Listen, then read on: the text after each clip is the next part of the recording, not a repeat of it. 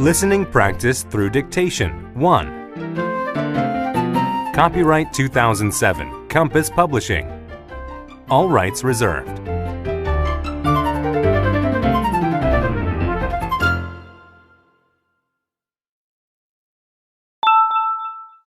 Nature and the environment. Unit 1. A picnic by the river.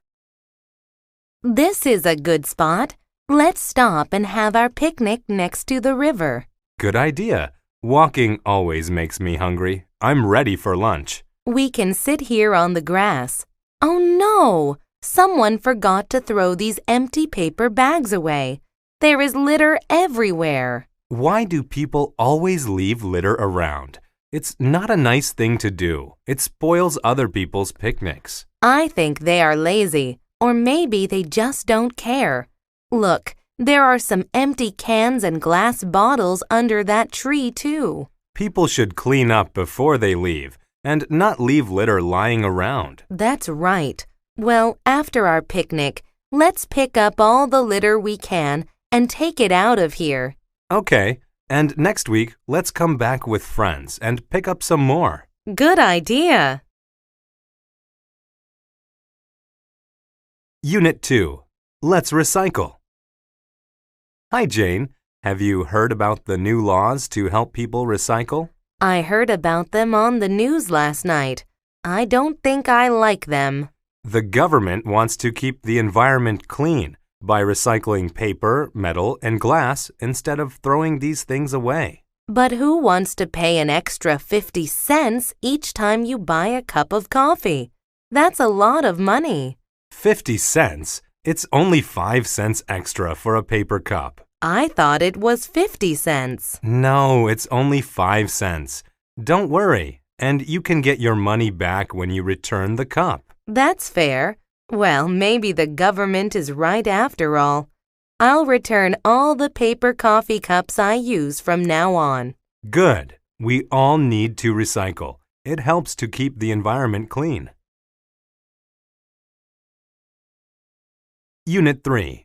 Growing roses. Excuse me, ma'am. I have a problem with my rose bush.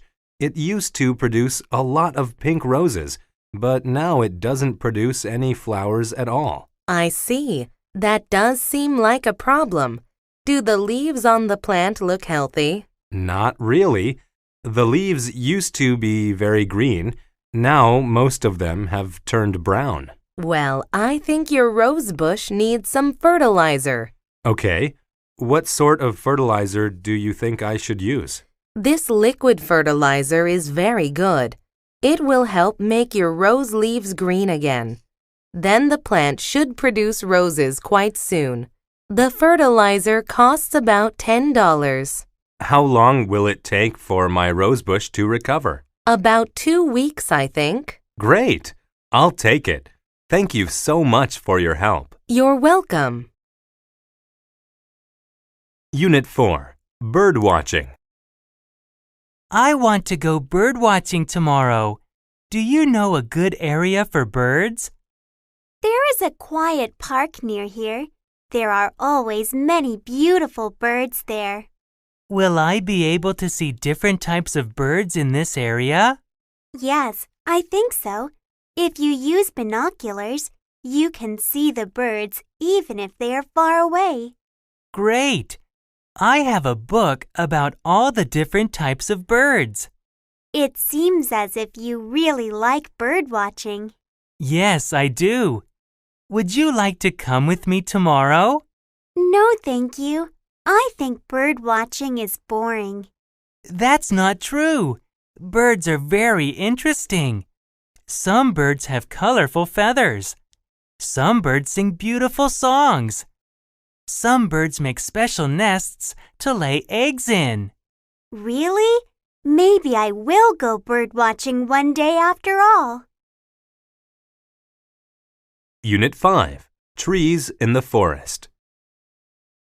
There are many forests in North America. There are many trees in these forests. Some of these trees are more than 200 feet tall. Some are over 500 years old. Several kinds of trees grow in these forests. Fir, cedar, and pine are 3. These trees grow in different areas. Some grow in forests. Some grow on the mountains. People who lived in this place long ago used these trees to make things out of wood. Many of these trees are now in special areas. These areas are called forest reserves or national parks. Some parks charge a small entrance fee. Visitors must pay the fee to enter the parks. Then they can walk among the beautiful old trees. They must take care not to damage the trees. We should all take care of forests. Science and Technology. Unit 6. An easy way to shop. Hey, Steve, look at my new MP3 player. Wow, it looks cool. Where did you buy it? I bought it online at an electronics website. I'm not very good at using a computer. Is it hard to buy things online? It's really easy. All you do is go to the website and choose the item you want to look at. There are so many items to choose from on the website. After you choose what you want to buy, you click on the checkout button. That does seem easy. Yes, it is. It only takes about a week for your item to come. Of course, if you are in a hurry, you can pay more to get it sent faster. Do you pay for the item when it comes? No, you have to pay for it online with a credit card. Unit 7. Cell phone messages. I need to check my messages. How are you going to do that? We are in the middle of the freeway. I'm going to use my cell phone. Haven't you ever done that? No, I just use my cell phone to talk to other people. Now you can also use a cell phone to send and receive short text messages. It's very useful. How do you send a message that way? I just use the keys on the phone to type a short message. Then I press the send button. It's cheaper than making a phone call. That's a great idea. You can save both time and money that way. Right. All my friends usually send me text messages now. Thanks for telling me about this. I'll have to try it. You're welcome. I think you'll find it useful. Unit 8. Bubbles in boiling water. Where do the bubbles come from when you boil water? Water is a liquid. When it is heated, it moves around faster and faster. When it starts to boil, the liquid turns into a gas. This gas is called water vapor. This gas is lighter than the water around it. It rises to the top. Then it disappears into the air. As the water gets hotter and hotter, it starts turning into gas very quickly. A lot of bubbles form at the same time. All these bubbles try to escape at once. The bubbles push the water out of the way and jump out. This is what we call boiling water. More and more water turns into gas. More of it disappears into the air. After a while, every drop of the water will be gone. Try it and see. Unit 9. The blue sky. Joe asked me something about science just now, but I didn't know the answer. I'm good at science. Ask me. Okay, why is the sky blue? I'll explain it in a simple way. Light comes through the air from the sun in waves. The light is in many colors, right? Right. Blue light waves are smaller than air molecules. They sometimes get absorbed by these molecules. Okay, what happens then? Then the blue light waves scatter in many directions. Your eyes see this blue light from above you after it leaves the air molecules. So that is what makes the sky blue. What happens to the other colors? They reflect off the things that they hit. Your shirt is red because our eyes see the red light reflected from it. Now I understand why the sky is blue. Unit 10. A new camera. I just bought a digital camera. What is wrong with your old camera? Nothing. I bought this one because I want to store my pictures on my computer. I see. I can also delete pictures that are not very good. I don't have to print them. I like to print all my photos. That's why I like the old cameras. Oh, you can print digital photos too. Many shops will print them for you. Really? Yes, you can even buy a good printer and do it from home. That seems easy. How do you store these digital pictures? You can store the pictures on your computer, but you might run out of space. I save all the pictures I like on compact discs. You can store more than 700 photos on one CD. Great! Maybe I should get a digital camera too. Art and Culture. Unit 11. Gold. Gold has been a part of many cultures for hundreds of years. People made coins and jewelry with gold. Gold is a soft metal. It is easy to shape into sheets, long wires, or rings. People sometimes mix gold with other metals. This makes the gold harder. Then it can be made into beautiful jewelry. Why do we value gold so much? It has a special color. No other metal is a bright yellow. We also value gold because it is rare. A rare thing is hard to find. Even after hundreds of years, gold is still a precious metal now. It is still valued for its beauty. It is still rare. Today, banks store gold in the form of bars. Its value is more than $600 per ounce. Gold is more useful now than ever before.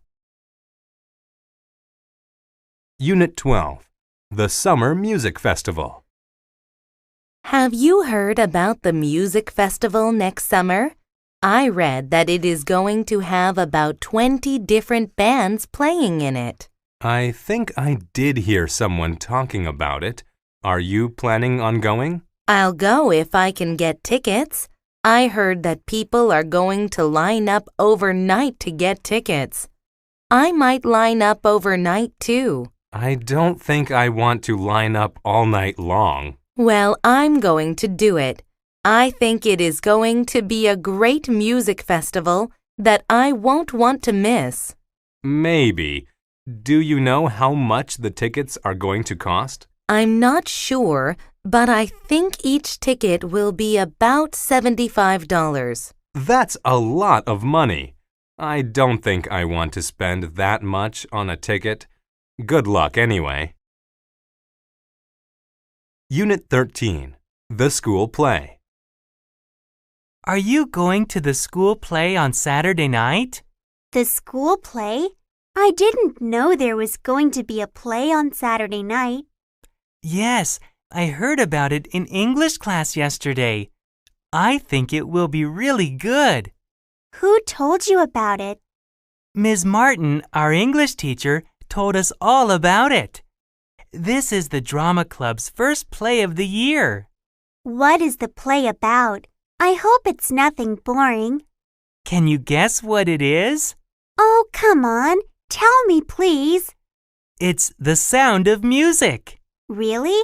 I watched The Sound of Music on TV last month. It's very good. Are you sure? Of course I'm sure. That's what Ms. Martin said. Would you like to watch the play with me on Saturday night? That would be great. Let's go early so we get good seats. Unit 14. Ballet Class. Hi, Cindy. Where are you going? Good afternoon, Mrs. White. I'm going to ballet class. Ballet class? I didn't know you were studying ballet. How long have you been studying ballet? Today is my first day, and I don't want to go. My mom and dad want me to learn ballet. I'm not sure I want to learn how to dance. I used to learn ballet too when I was your age. Now I teach ballet in a dance school. Oh, I didn't know that. Where do you teach your classes? Down the street at Easy Steps Dance Academy. Ballet is fun to learn, and it's a very graceful dance. You'll need to learn the steps and practice a lot, of course, but I think you'll enjoy it. I hope so. Well, go and have some fun dancing. Unit 15. Monet's Garden. Claude Monet was a great artist. He was the first of a group of artists called the Impressionists. This group of artists thought about how things in the world made them feel. They tried to show this in their work. This way of painting shows how light can change shapes and colors. Monet did a lot of his work outdoors. He wanted to show how daylight made things look. Many of his paintings are of gardens. He liked to paint flowers and trees. He loved to paint in his own garden. His garden was in a village. He lived there for many years. Today, many visitors come each year to this garden. They come from all over the world. Most of them are art lovers or artists. They come to see the place that Monet loved so much. Leisure and Entertainment. Unit 16. A Haunted House. Oh no, it's raining. I wanted to go to the beach today. Well, I'm visiting a haunted house this afternoon. You can come with me if you like. A haunted house? What is it like? It's really dark, with lots of old furniture and pictures on the walls. It's called a haunted house because it's full of ghosts. You're joking, right? I don't believe in ghosts. Where is the haunted house? The house is in the old forest. Oh, are you really sure you want to go? What's wrong? I thought you didn't believe in ghosts. Well, I don't really believe in ghosts, but... That's okay. I don't believe in ghosts either. I was only joking. The old house isn't really haunted. It's just a very old, empty house. Phew, I'm glad to hear that. Sure, I'll come with you. Unit 17. A Big Screen TV. I'm thinking about buying a big screen TV. Wow, I've seen those in the store. They cost a lot of money. Can you afford to buy one? They do cost a lot of money, but I really enjoy watching TV. I think it's much more fun to watch TV shows on a big screen. I've never watched TV on a big screen. Do you think the quality of the picture is good? Yes, the quality is great. When you watch soccer games, you feel like you are right there on the field. When you buy the TV, can I come over to your house? Then I can enjoy watching TV on the big screen with you. I have to save some money to buy the TV first. It will be a few months before I can afford to buy it. Unit 18. He's famous. Are you going to the new Tim Cross movie tonight? I don't know. It looks kind of boring. Really? I think it looks quite interesting. Besides, Tim Cross is a famous actor. He may be famous, but I don't think he's a very good actor. He always acts in the same sort of movie. He never does anything different. Well, at least you think he's good-looking, right? No, not really. He always looks so sleepy. But most girls think he's handsome. Maybe that's why he is so famous. None of my friends think he is good-looking at all. I used to like him a few years ago, but now I think he's not handsome at all. Hey, I just got a haircut to try to look more like him. Well, that explains why I don't like your new haircut. Unit 19. A housewarming party. Hi, Steve. Thanks for coming to my housewarming party. Hello, Sue. Thanks for inviting me to see your lovely new home. It's beautiful. Thank you. I'm glad you like it. Did you decorate your house all by yourself? Yes, I did. I traveled around Europe last year. I got some beautiful furniture for my house there. Do you plan to go on a new trip this summer? Yes, I am planning to visit China. That's great. How long will you be there? I will be there for a month. You can find some beautiful things in China for your new house. You should go shopping while you are there. Of course, it will be fun to go shopping there. By the way, please help yourself to the refreshments. Thanks. The food looks delicious. Unit 20. Making music. Do you like to listen to music? Music is made up of sound. People all over the world like music. People have liked it for hundreds of years. People who write music are called composers. Most of the time, a composer does not sing or play his own music. He writes it all down in the form of notes. Those who know how to read music can understand these notes. This is how people can sing the song or play it. Lots of people like to play music. Music can be played on instruments. There are many types of musical instruments. Some of these are the piano, the violin, and the drum. People can make music as a group. A choir is a group of people who sing. An orchestra is a group of people who play musical instruments. School and family. Unit 21. Where is your homework? Did you finish your homework for English class? Homework? There wasn't any homework. We had to finish reading a book and then write a 200-word essay on it. I don't think Miss Jones gave us any homework. I always write what I have to do in my notebook. Did she really tell us to write an essay? Yes. Look, here's my essay. See? Oh no! What am I going to do? We've only got 10 minutes before class starts. I don't know. Maybe Miss Jones will let you hand it in tomorrow. Hey, let me copy your essay. I'll change a few words. Miss Jones will never know. No, I'm sorry. That's not the right thing to do. Oh, come on. I thought you were my friend. I am your friend. That's why I'm not letting you copy my work. Unit 22. After-school activities.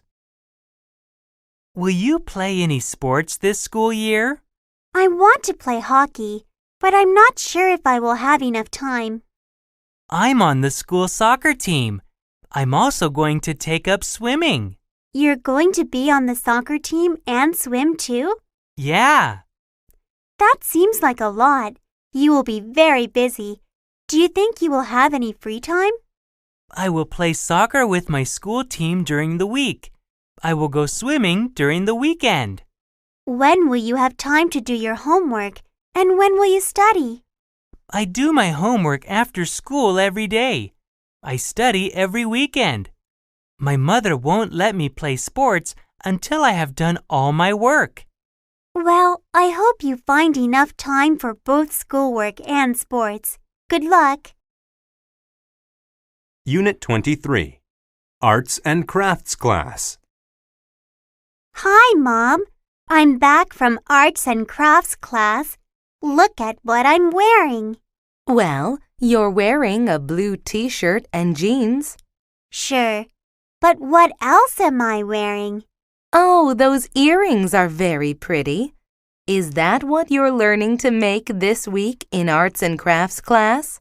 Yes, we're learning to make jewelry from beads this week.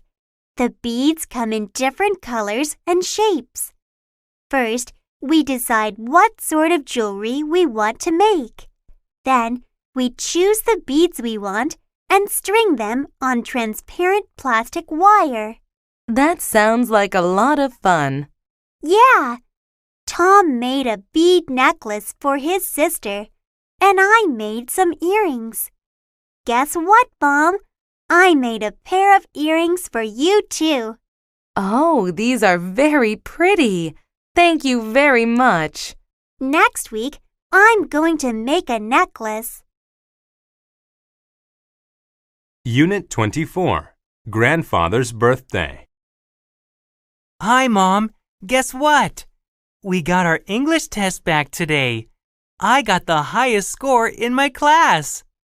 Oh, Billy, I'm glad you did so well. You worked hard for that test. Thanks, Mom. I'm hungry. What's for dinner? We're going to your aunt's place for dinner tonight. It's your grandfather's birthday today, remember? Oh, no, I forgot. I haven't got a birthday gift for Grandpa. Don't worry. I bought a gift for him yesterday from the three of us. Anyway, your English test score is a good gift for your grandfather. The whole family will be at the party tonight. All your aunts, uncles, and cousins are coming. I haven't seen the whole family in a long time. Well, you'll see them tonight. Now hurry up and get ready. Okay, when are we leaving? When your father gets home from work. Unit 25, The Lesson. There was once a man who lived with his 2 sons. The 2 sons were always fighting with each other. One day, the man decided to teach his sons a lesson. The man gave his younger son 2 large sticks. He told the boy to break them. The boy tried hard, but he could not break the sticks. The older son also could not break the sticks. At last, the man gave only 1 stick to each son. He said, "Break them." Each son broke his stick easily. The man said, "You are like these sticks. If you work together, no one can break you. But if you fight with each other all the time, one day someone will break both of you." After that lesson, the sons stopped fighting. They started to work together. People and Work. Unit 26, A Problem at the Office. I had a big problem at the office today. What happened? I could not use my computer all day. Was it because of a virus? Yes, I opened a file that had a virus. Oh no! You must be careful when you open files in your email. A virus can make your whole computer crash. It was an accident. I didn't know the file had a virus. I'll be more careful next time. What did you do next? I asked a computer repairman to come to the office. He worked all day to repair my computer.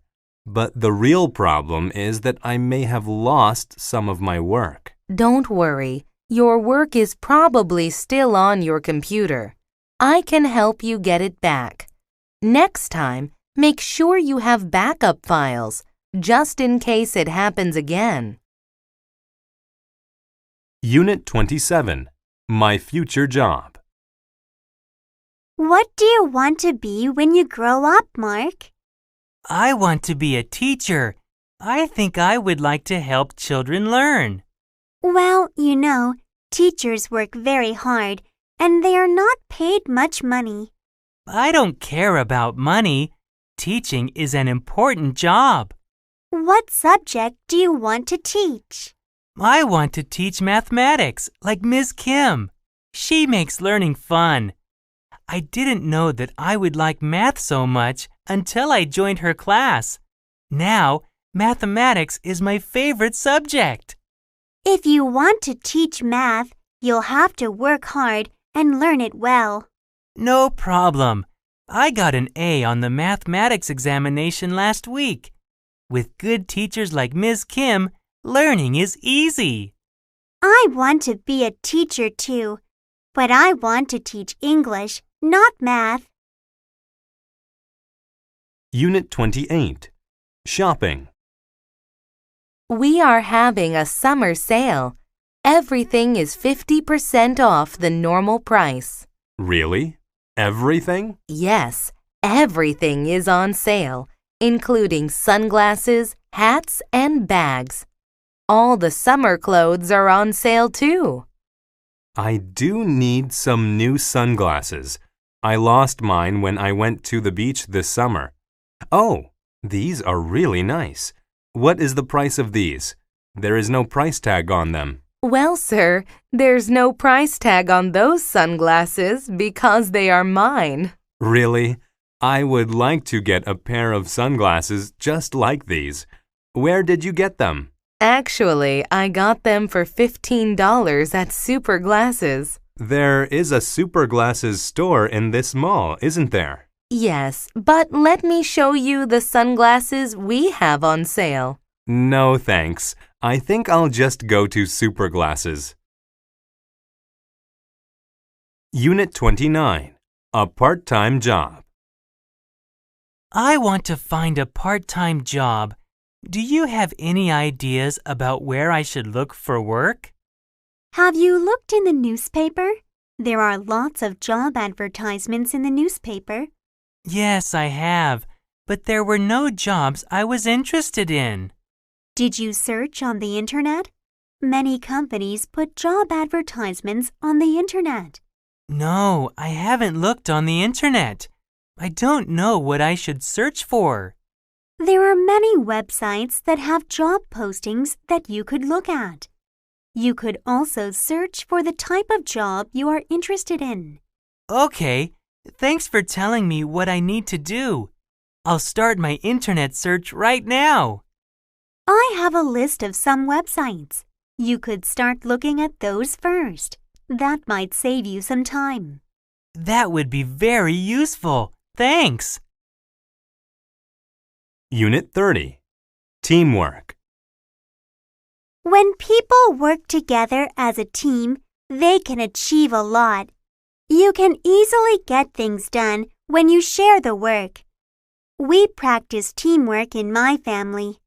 Both my parents have jobs. My father is a doctor. My mother is a teacher. Both of them work long hours all week. My brother is a student at college. I am a student in school. We all have very busy lives. So when it comes to household chores, we all work together to get them done. Each of us has different chores. My parents take turns to cook. My father takes out the trash. My mother does the laundry. My brother washes the dishes. I sweep the floor. We share the chores and work together. Everything gets done fast. People should practice working as a team. Teamwork works. Sports and health. Unit 31. The marathon. Did you watch the Boston Marathon? Yes, I went to Boston to see it. You were in Boston for the marathon? That's right. My friend is a runner, so I went there to watch her run. We traveled to Boston together. You are so lucky. Which part of the marathon did you see? I watched the entire race, from start to finish. I don't know how the runners can finish the whole race. It's so long and difficult. I could never do something like that. I tried to run a marathon once. It was really difficult. I just can't run like my friend can. Yes, running a marathon is not an easy thing to do. By the way, how did your friend do in the race? She did quite well. She was not the fastest runner, but she was in the top 50. Unit 32, Racquetball. Racquetball is a popular sport. It was first played in the U.S. This game started just a little more than 50 years ago. That makes it quite a new sport. Other racket sports like tennis and squash have been played for a long time. Racquetball rules are a mix of rules from both handball and squash. A short racket is used to play this game. This game became popular almost at once when it first came out. More and more people wanted to play it. Clubs began to build racquetball courts. They built these courts for players of this new sport. People of all ages can play this game, but most players today are young people. Most of them are between the ages of 12 and 34. Racquetball is now a famous sport. It is played all over the world. Unit 33, Summer Sports. Hi, Alice. What have you been doing? You look tired. I stayed up late last night to watch the Olympics. We won a gold medal for men's basketball. We also won the silver medal for women's tennis. That's great. What about gymnastics? The men's team didn't do so well, but the women's team won the silver medal. I haven't had much time to watch, but I saw the opening ceremony. What have you been doing this summer? I've been playing baseball and taking swimming lessons. I like to watch baseball. Maybe I can come and watch your team play sometime. When do you usually play? We have a game this weekend. Why don't you come and watch us play in the park? Sure. Just let me know what time the game starts. See you later. Bye. Unit 34, Inline Skating. Oh, my legs are so sore. Really? What did you do during the weekend? I went inline skating with my friends at the park. Did you have fun? Yes, I did. But it was also my first time, so it was really difficult. I was scared that I would fall down. After a short time, my muscles were really tired. Next time will be easier. You just need more practice. What about you? What did you do during the weekend? Actually, I also went inline skating. I go every weekend with my father. We usually skate about 20 kilometers each time. Wow! How can you skate so far? Your muscles must be really strong. I've been skating for 3 years now. You could skate that far too. You just need to build up your muscles. Let's go skating together next weekend. Okay. Unit 35, The Olympics. The Olympic Games are a famous world sports event. These games are held once in 4 years. There are summer games and winter games. People come from countries all over the world to compete in the games. These games started a long time ago in Greece. In those days, only men took part in them. There were only a few sports events. Now, women take part in the Olympic Games too. There are team sports like basketball. There are martial arts like judo. More and more types of sports are in the games each time they are held. It is very hard to win a medal at these games.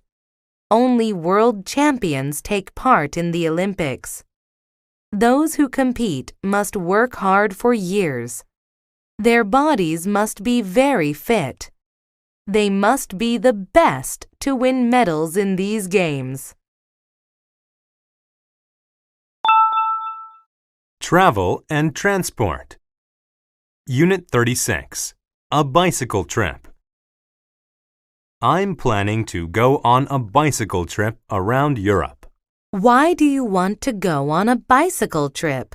It is an environmentally friendly way to travel. What do you have to do in order to go on a bicycle trip?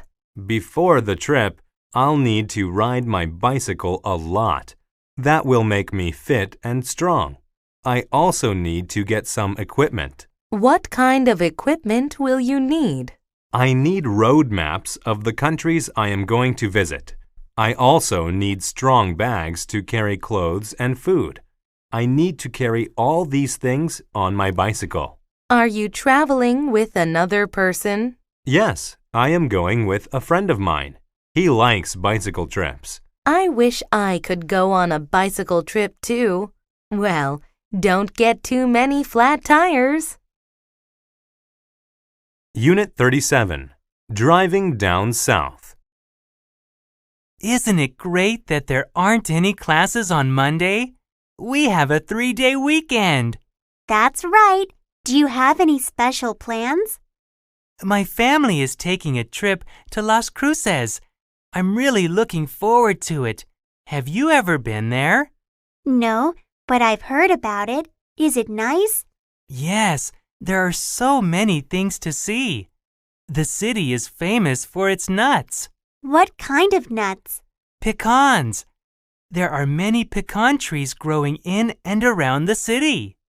I like pecans. How far away is Las Cruces from here? It only takes about 4 hours by car if you use the freeway and drive directly south. That certainly makes for an easy trip. When are you leaving? We're going on Saturday morning. We'll be back on Monday evening. Have a nice time. Bring me some pecans. Unit 38. The Travel Agent. I want to go on a trip to China. How long do you want to stay? 4 or 5 days. We have a very good package tour that is for 4 days and 3 nights. Okay. What can you tell me about it? Well, you'll fly directly to Beijing. Your tour guide will meet you at the airport and take you to your hotel. Over the 4 days, you will do a lot of sightseeing. You will see many famous landmarks like the Summer Palace, the Forbidden City, and the Great Wall of China. That sounds great. What sort of transport will we use to get from one place to another? You will take a bus with your tour group. Okay. Can I book this package tour now? There will be 5 of us going on this trip. Sure. Unit 39. Taking the train. You're so lucky, Marion. You're leaving for Hawaii in 5 hours. I never travel because I hate flying in airplanes. I don't like buses either. That doesn't matter, Dean. There are other ways to get around. You should take the train somewhere. That's true. It's been a long time since I last traveled. I've always wanted to take a long train trip. What's stopping you? Go to the travel agent now and ask about train trips. What do you think the fares are like? I'm not sure what train fares are like now. I think it depends on your destination. That's a question you'll have to ask a travel agent. Can you suggest a good person to talk to? My travel agent is always very helpful. Here is his phone number. Thanks. I'll call him right now. Where's the phone? Unit 40. Go on a cruise. Are you sick of long road trips in a car? Do you find long trips in an airplane boring? Do you want to travel in a special way? You should take a cruise to all the places you would like to see. Go by cruise ship to the northeast part of the U.S. Go late in the year. Then you can enjoy the colors of the autumn leaves on the trees. It is a beautiful sight. Do you like to look at man-made wonders? Go on a cruise to the Panama Canal. Do you want to see icebergs? Do you want to look at seals and whales? Go on a cruise to Alaska. Wherever you may choose to go, a cruise is a great way to travel. Book a trip on a cruise ship today. You will love it.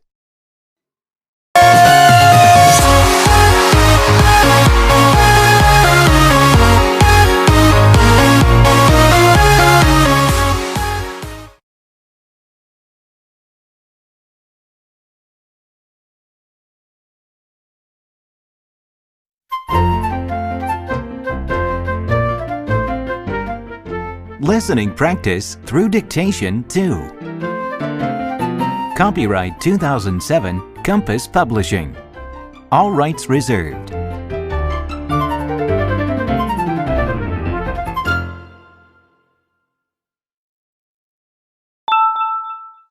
Nature and the environment. Unit 1.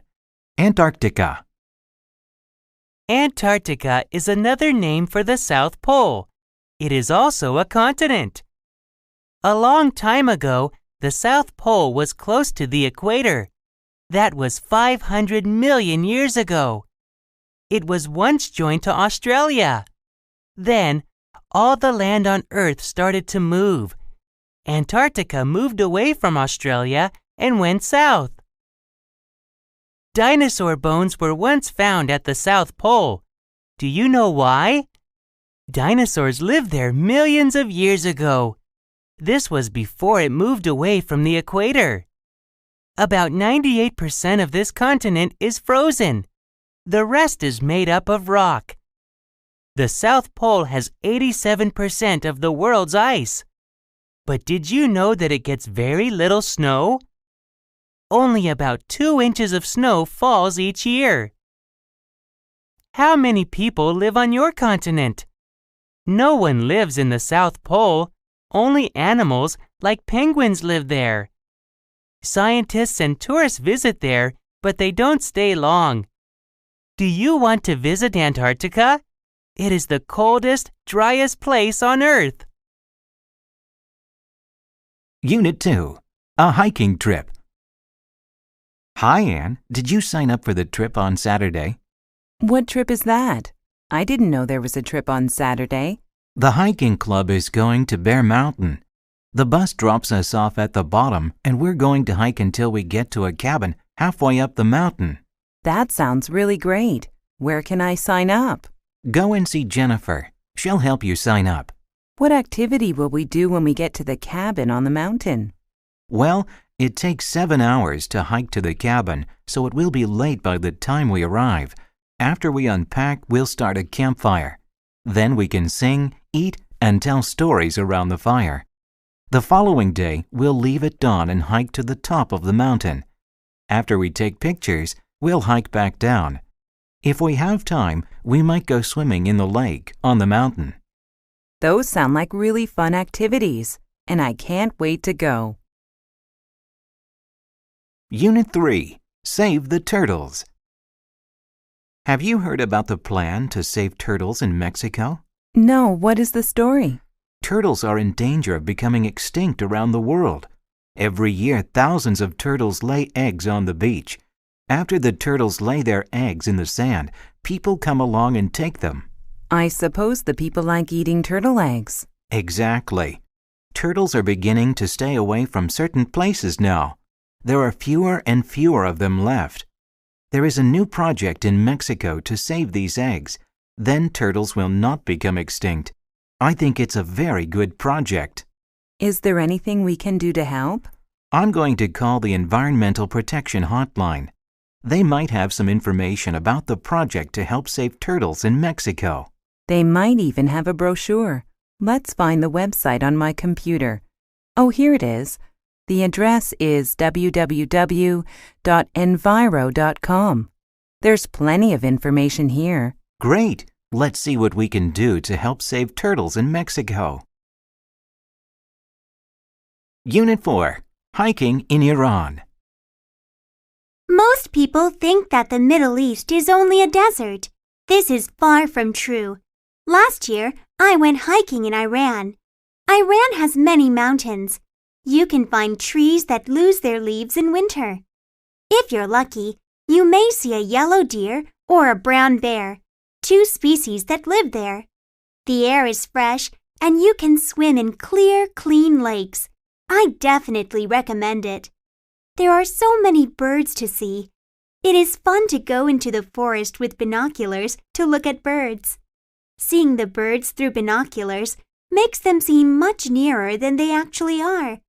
You can write down all of the species that you see. You should learn about their calls first. That means the sounds that each bird makes. Sometimes it's hard to see the birds. However, you can identify them if you happen to hear them.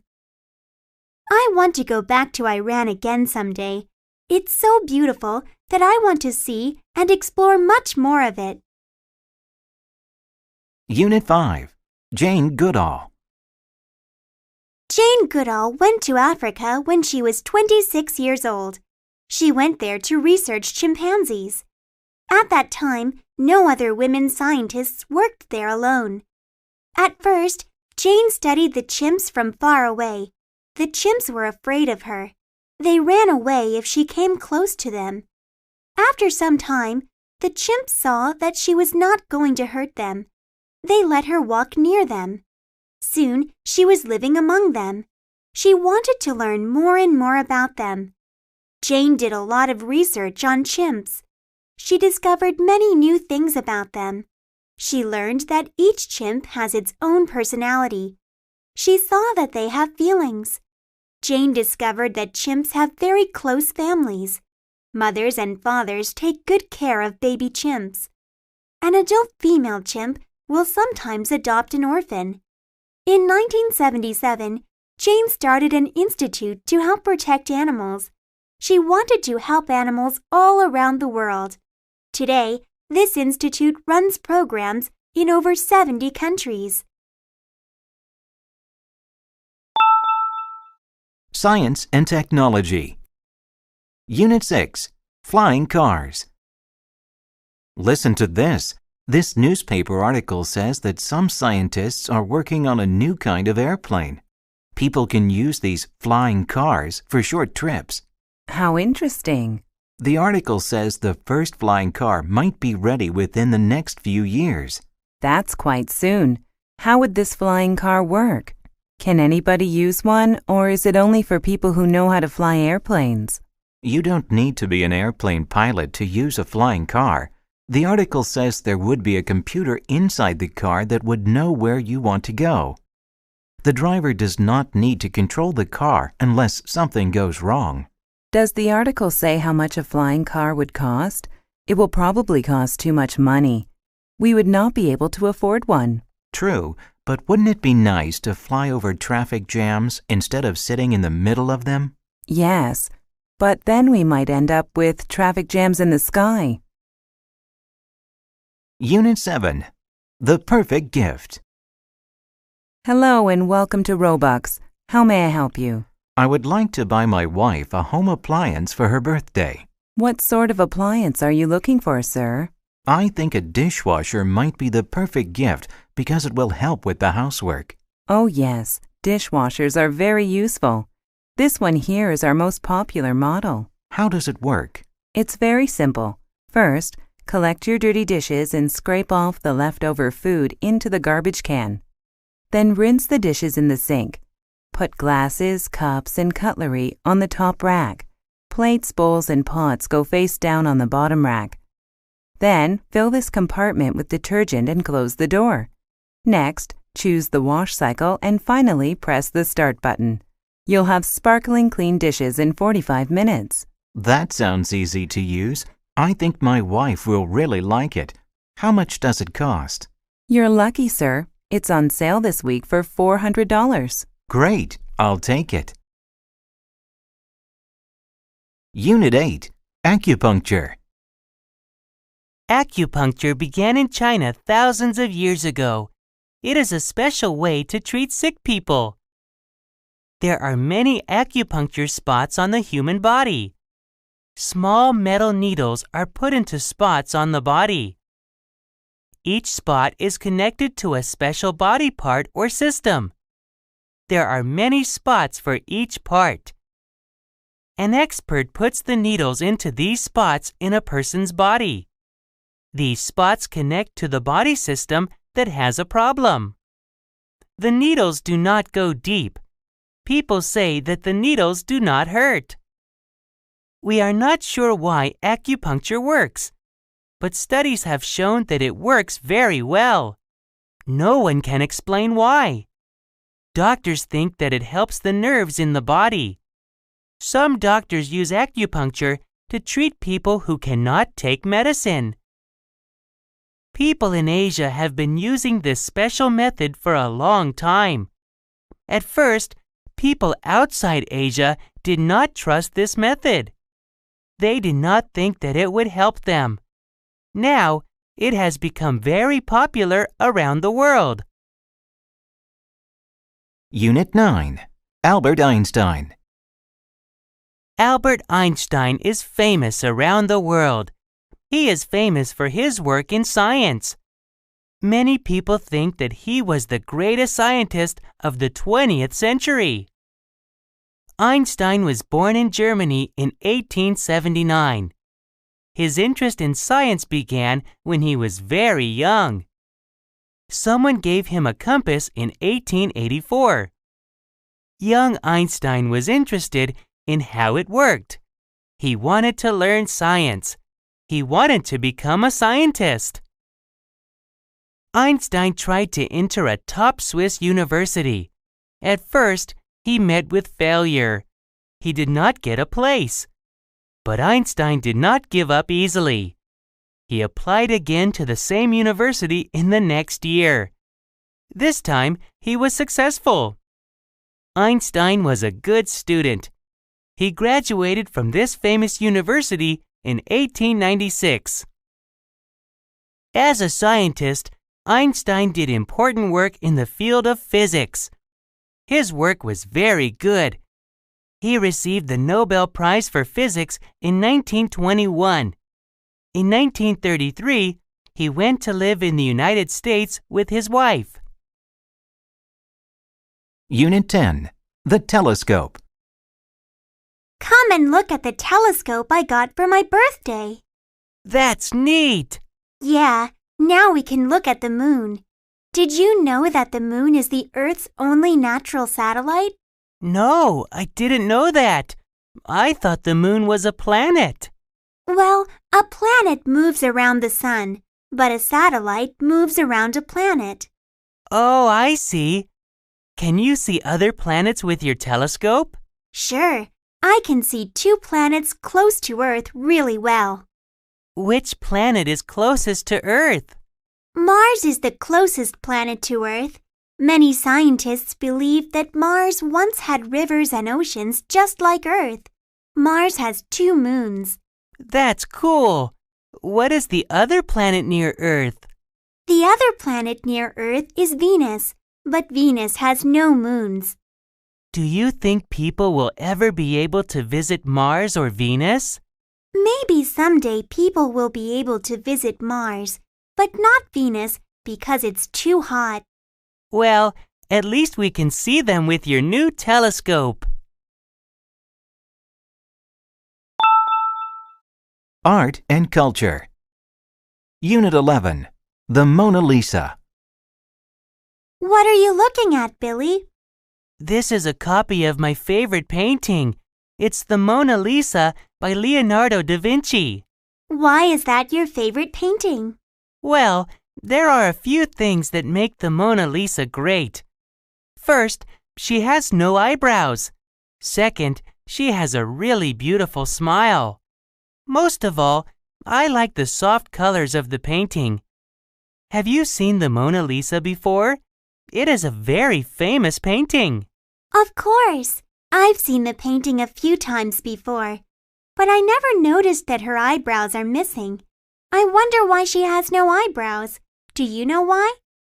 At the time Da Vinci painted it, it was fashionable for young Italian girls to shave off their eyebrows. Every girl wanted to be fashionable. Wow, that's really interesting. In what year was the Mona Lisa painted? I think it was painted sometime between 1503 and 1505. I wonder what a modern Mona Lisa would look like. She might have purple hair. Unit 12. Bang Yi. Once upon a time, there was a poor, kind man named Bang Yi. He had a rich but greedy brother. One day, Bang Yi asked his brother to give him some grain seeds to grow. His greedy brother gave Bang Yi some poisoned seeds. Only one plant grew from the poisoned seeds, but Bang Yi was very happy. He took good care of the plant. Then, one afternoon, a bird came and stole the plant. Bang Yi chased the bird into the forest. In the forest, he saw two monsters using a magic stick to turn rocks into food. Bang Yi hid behind a big rock and watched the monsters. The monsters ate a lot of food. Soon, they became very sleepy. When the monsters had fallen asleep, Bang Yi took their magic stick. He became very rich. Bang Yi's greedy brother went to the forest to find a magic stick for himself. The angry monsters saw him. They chased him deep into the forest. The greedy brother was never seen again. Unit 13. Friendship Day. Friends are an important part of our lives. They help us in many ways. Do you tell your friends that you are glad they are your friends? Everyone should tell their friends that they are special. Did you know that there is now a special day just for friends? This day is called National Friendship Day. The first Sunday in August was chosen to be National Friendship Day in 1935. This holiday is not as big as Christmas or New Year's Day. However, it is still a special day. People are usually too busy to visit their friends often, but this day is different. On this day, people take time to tell their friends how much they care. They write cards or send emails to their friends. They may also call their friends no matter how busy they are. People hug their friends or spend time with them. There are many ways to show you care. You need not wait for a special day. Call your friends right now. Unit 14.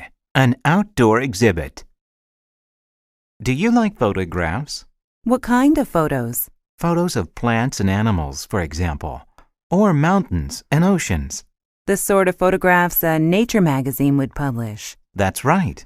Of course, I love nature photos. They are very beautiful. Some of them are very colorful. Yes, most nature photos are so interesting. Sometimes I buy nature magazines just for the photos. Me too. I like taking nature photos with my camera, but they are not very good.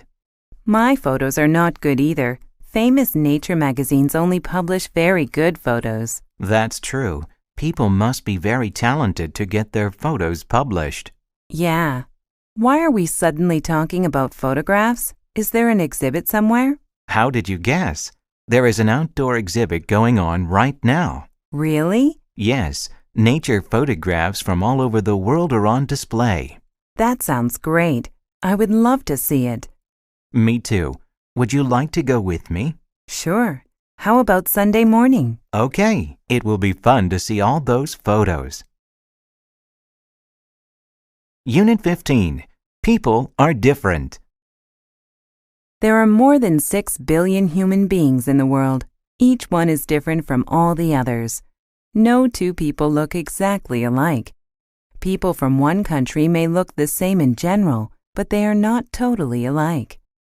Most people in Vietnam have straight black hair and black eyes. But they all look different. People in America have straight hair, curly hair, or wavy hair. Their hair may be black, brown, yellow, or red. Some people have brown or gray eyes. Some have blue or green eyes. Even people in the same family look different from each other. We all think differently. We all like different things. We like different kinds of food and different kinds of music. We also like different styles of clothing. Wherever you are, You are different from everyone else. Nobody else looks just like you. Nobody has your thoughts or your talents. There are more than 6 billion people on Earth, but none of them are exactly like you. You are one of a kind. Leisure and entertainment. Unit 16, Karaoke. It's nice to see you, Karen. How have you been? I've been very well, thank you. How are you, Dan? I'm fine, thanks. I went to the movies Saturday night. I wanted to invite you, but you weren't home. That's right. I went karaoke singing with some friends on Saturday night. Really? I've never sung karaoke. What's it like? I had never gone karaoke singing before either, but I had a great time. My friends were experienced karaoke singers, so they showed me what to do. Did you have to sing in front of a lot of strangers? No, the place we went to rented out small private rooms.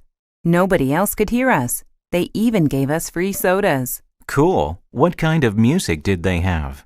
They had hundreds of different songs to choose from. They had both new songs and old songs. They had songs in English and songs in several other languages, too. It was really fun. I think I'll go karaoke singing next weekend. Unit 17, Watching TV. Did you watch the latest episode of that new reality show last night? There are so many of those reality shows these days. Which one are you talking about? It's called Good Fences, and it's all about neighbors. This reality show is the only one I like, because you're right, the others are just silly. I never watch reality shows at all. I prefer to watch shows that teach me about something, like science and nature programs and travel shows. Oh, I like travel shows too. My favorite travel show is the one with that chef from England. He travels, cooks, and eats all the time. I like that one too. He really makes me laugh. He has a good sense of humor. Let's watch it together this week. It's on Thursday at 8 o'clock, right? That's right. But where shall we watch it? Well, I have a big screen TV and a comfortable sofa. Okay, we'll watch it at your place then.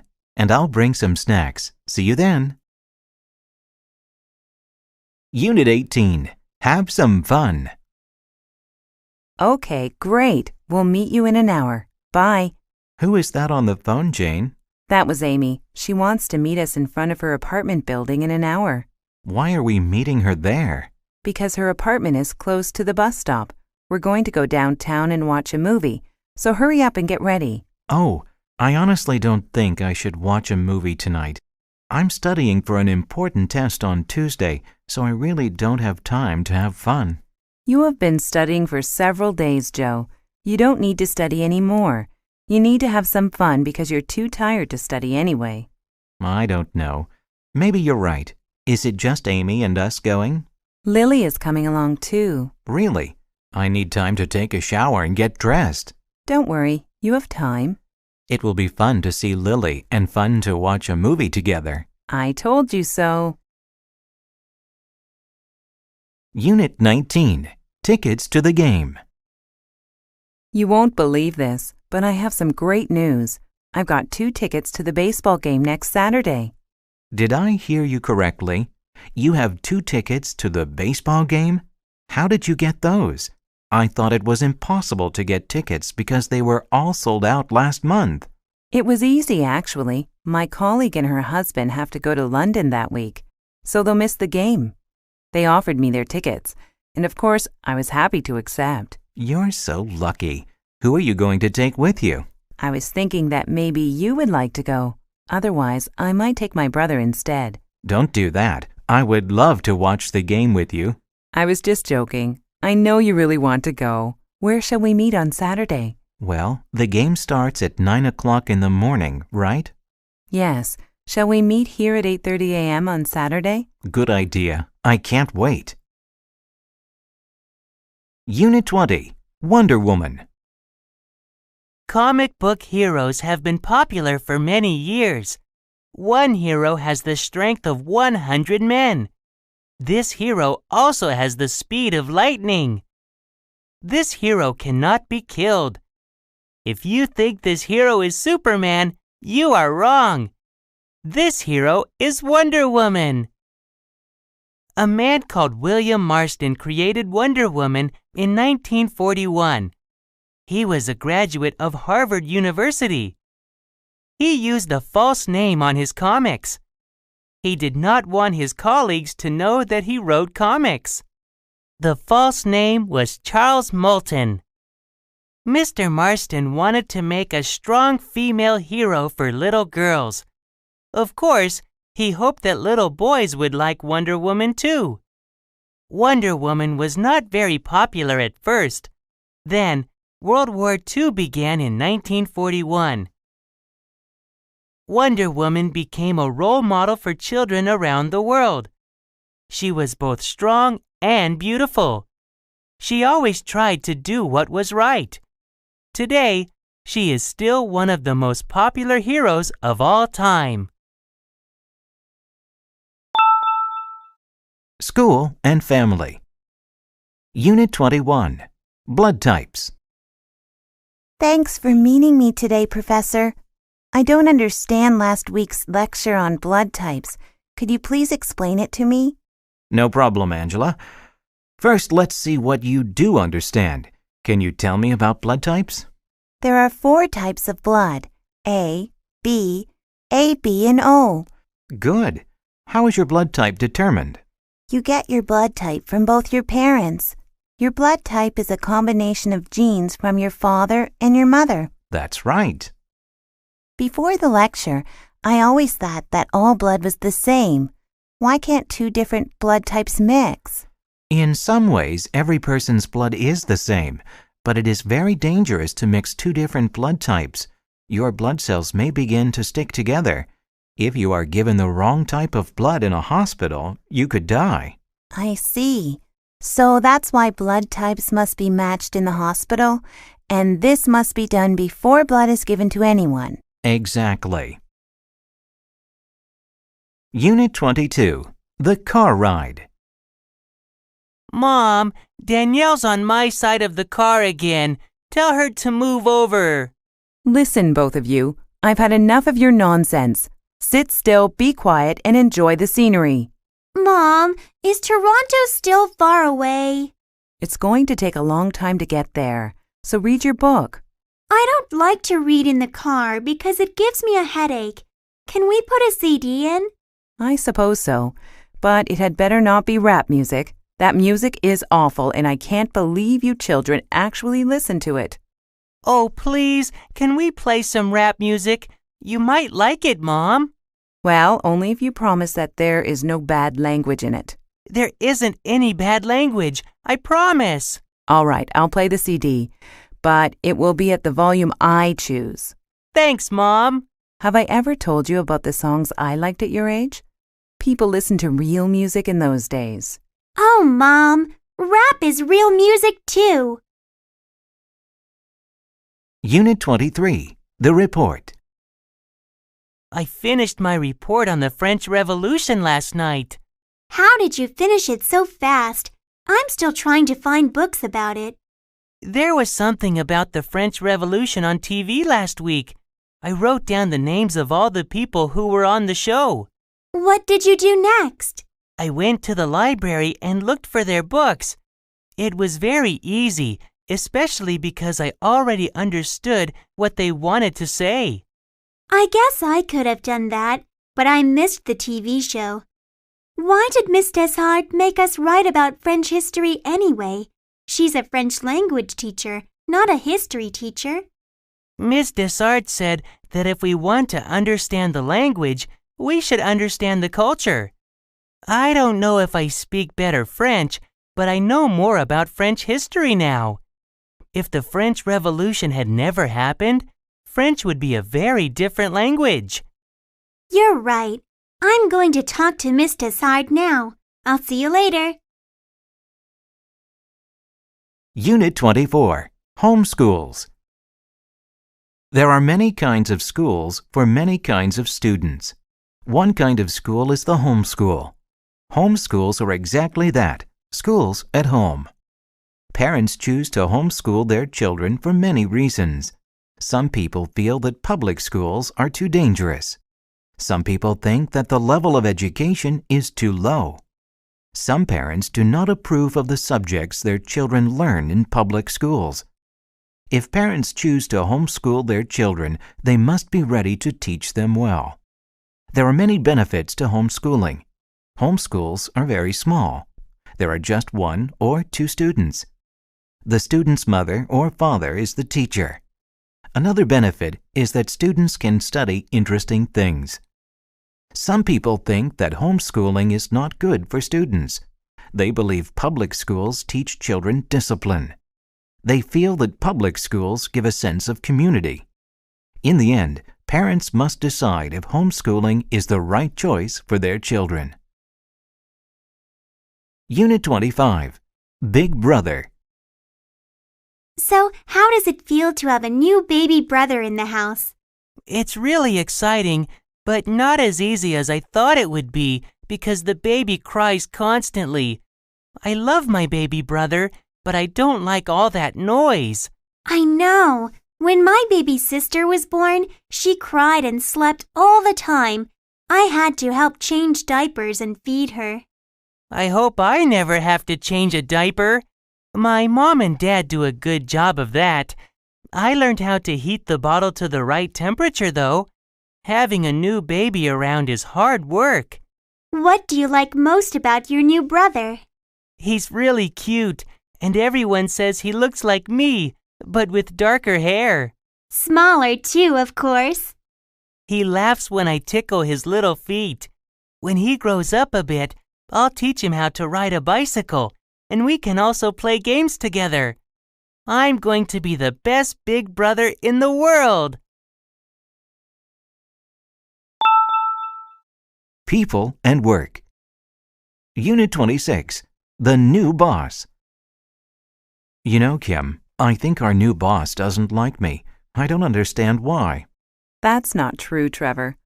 Why, just this morning I heard her say you're a very good employee. She said you work very hard every day. That's news to me. I wish she would say it to me, but she just criticizes everything I do. I think that you're being too sensitive. Do you really think so? Maybe I just need a vacation. I haven't had one for years. It's not good to work so hard, Trevor. I think a vacation is a great idea. How about you? Are you happy at work these days? Yes, I'm really enjoying working for this new boss. That's why I'm surprised that you think she criticizes your work. Actually, I think she is helping you to improve your work. She's just trying to help. I didn't realize that. Now that I think about it, you're right. I feel much better. Good. Let's go for lunch. Unit 27. The Principal. How long have you been a school principal, Mr. Shin? I have been a school principal for 18 years. What made you get involved in education? When I was 12 years old, I read an article about how the human brain works.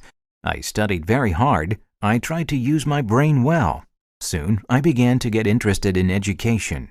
I see. After college, I became a teacher. I was given the position of principal 12 years later. Do you ever wish that you had done something else? When I first started as a principal, I missed being a teacher. I liked spending time with children and helping them learn and grow. However, I knew that I could do a lot of good as a principal. You have certainly done a lot of good, Mr. Shin.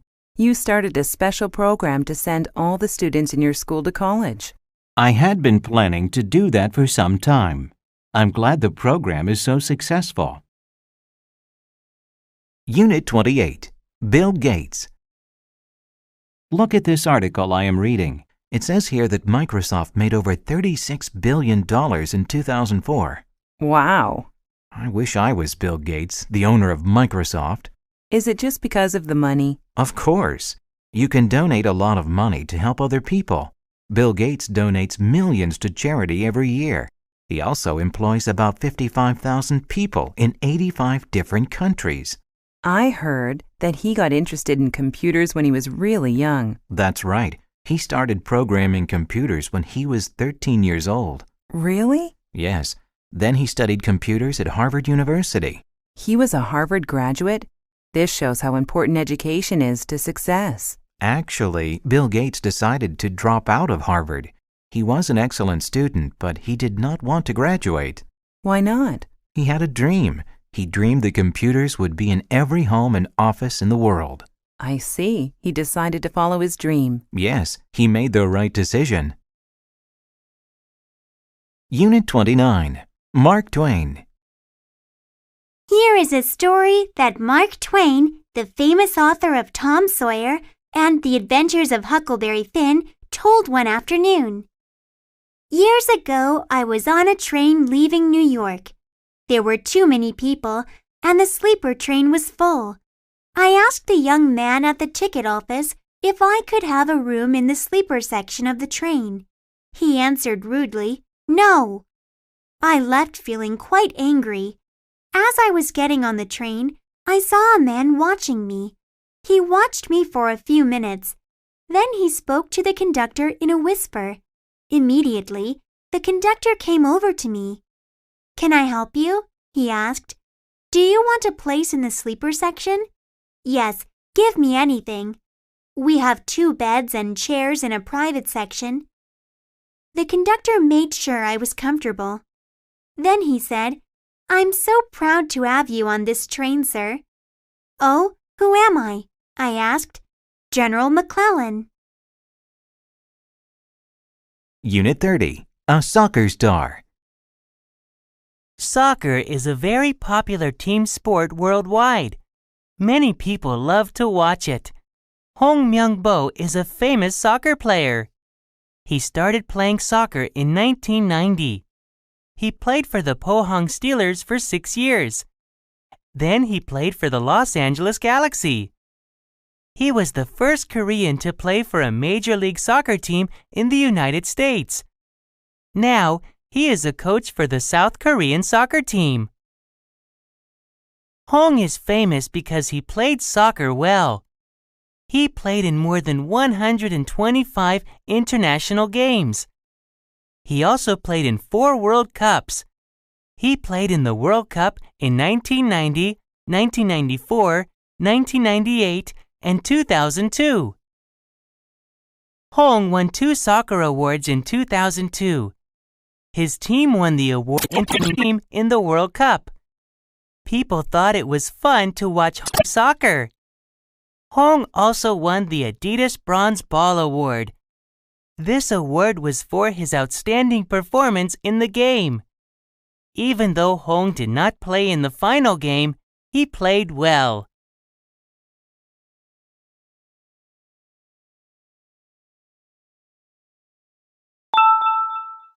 Sports and Health.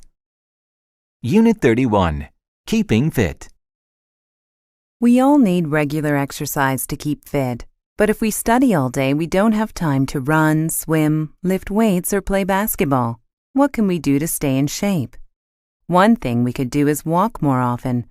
Walking is good exercise. Instead of going to school by car or bus, we could walk. During recess, we could go outside and stroll around before we go back to class.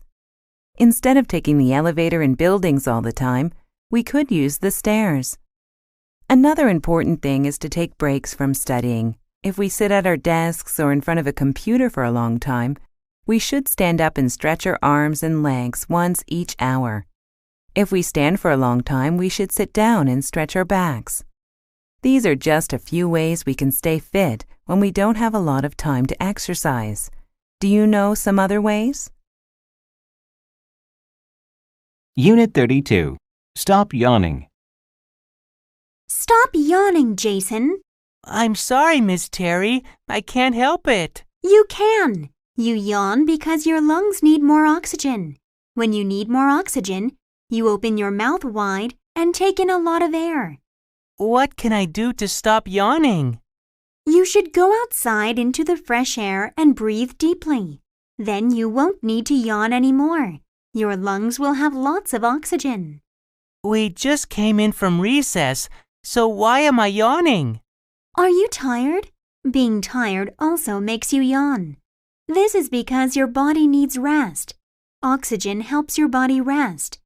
Sleeping rests your body and makes you take long, deep breaths. Then why do I yawn when I am bored, Miss Terry? Well, Jason, When you are bored, you are probably not breathing deeply enough. The best way to stop yawning from boredom is to do something interesting. If you can't do that, try taking deep breaths.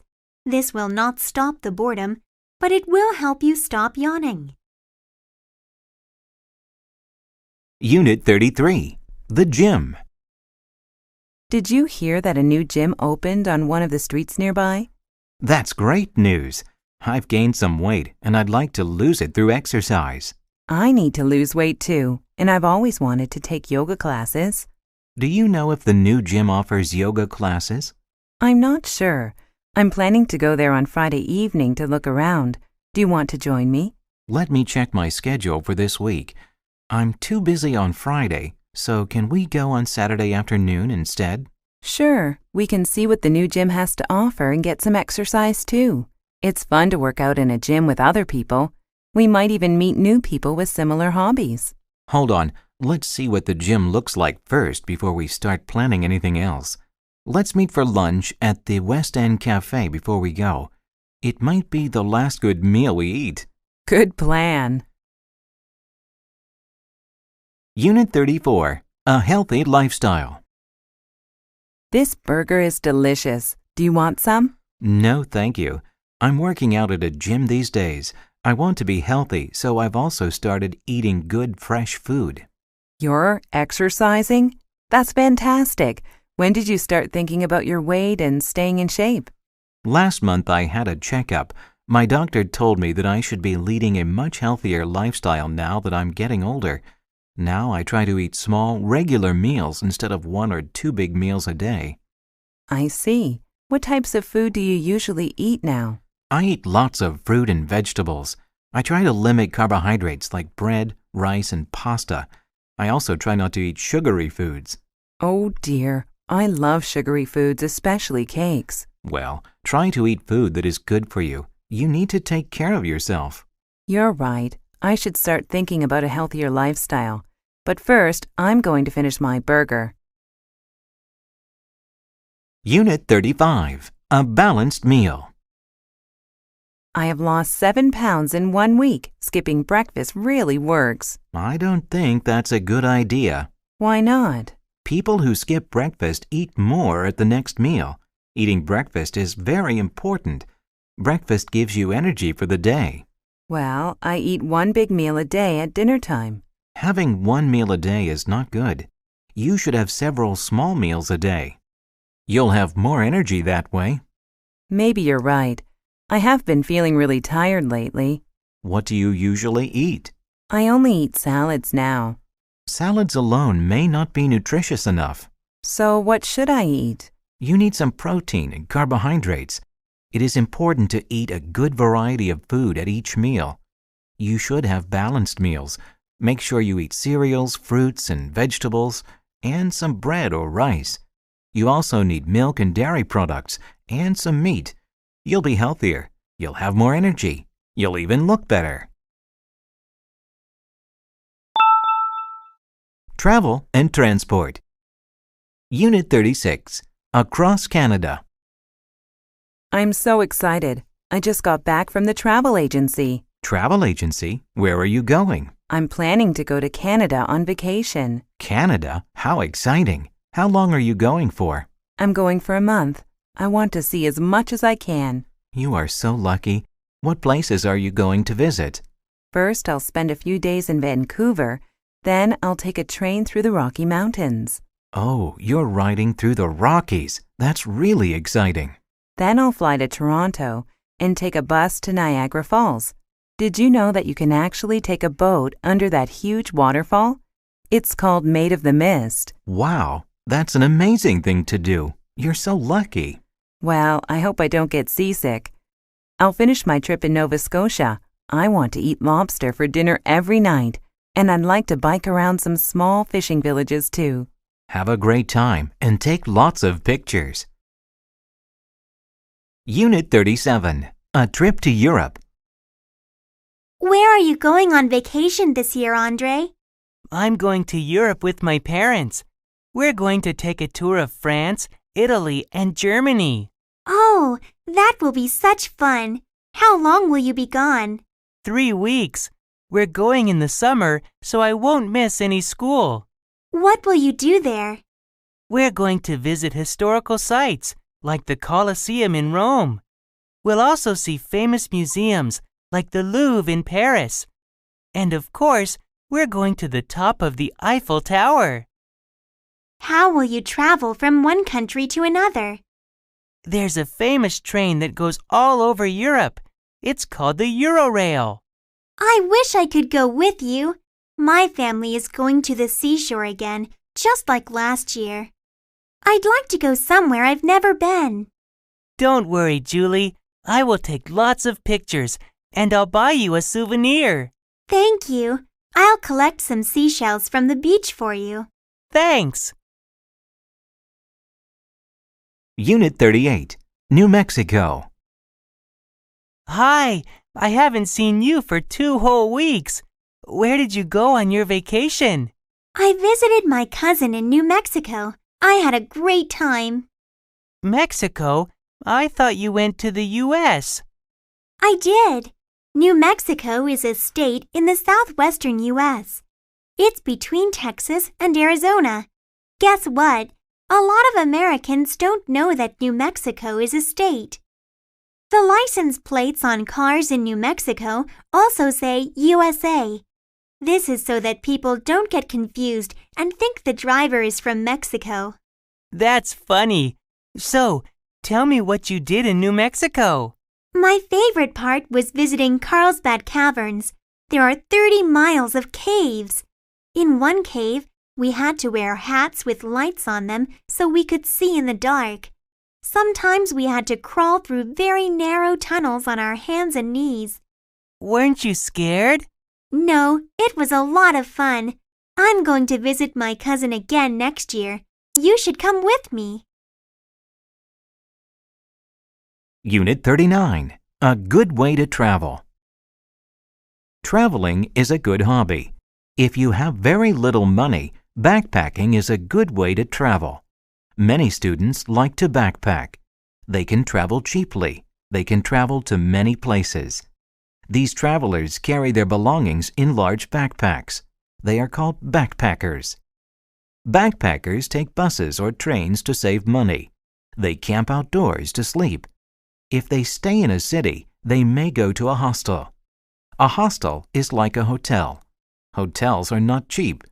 Hostels are very cheap. Travelers often share rooms at hostels. There are only a few toilets and baths. People share them too. Hostels are a good place to meet other travelers. You can make friends. They can tell you about fun things to do in the area. Many hostels have kitchens. These kitchens have stoves. Some have toasters. You can buy your food from a store, then you can cook at the hostel. This is cheaper than eating out. Just remember to clean up when you are done. Unit 40, A Train Announcement. Welcome on board the TGV 740. We are now leaving Paris. We will arrive in Marseille at 3 p.m. We offer free beverages in each car. Please have as much coffee, tea, or soft drinks as you wish. There is a restaurant on the train. You may purchase a meal there during the trip. The restaurant is in car 11. We will make 2 stops on this trip. We will pick up passengers in Provence and Dijon. Passengers changing trains can ask the attendant for a free timetable. This will help you with your onward trip. Please note that smoking is only permitted in cars 15 and 23. Newspapers are given to all passengers. Mobile phones and the internet may be used in cars 18 and 25. If you need assistance, please press the button near your seat to contact a cabin attendant. Please sit back, relax, and enjoy the trip. We are pleased to have you on board. We look forward to serving you again in the future.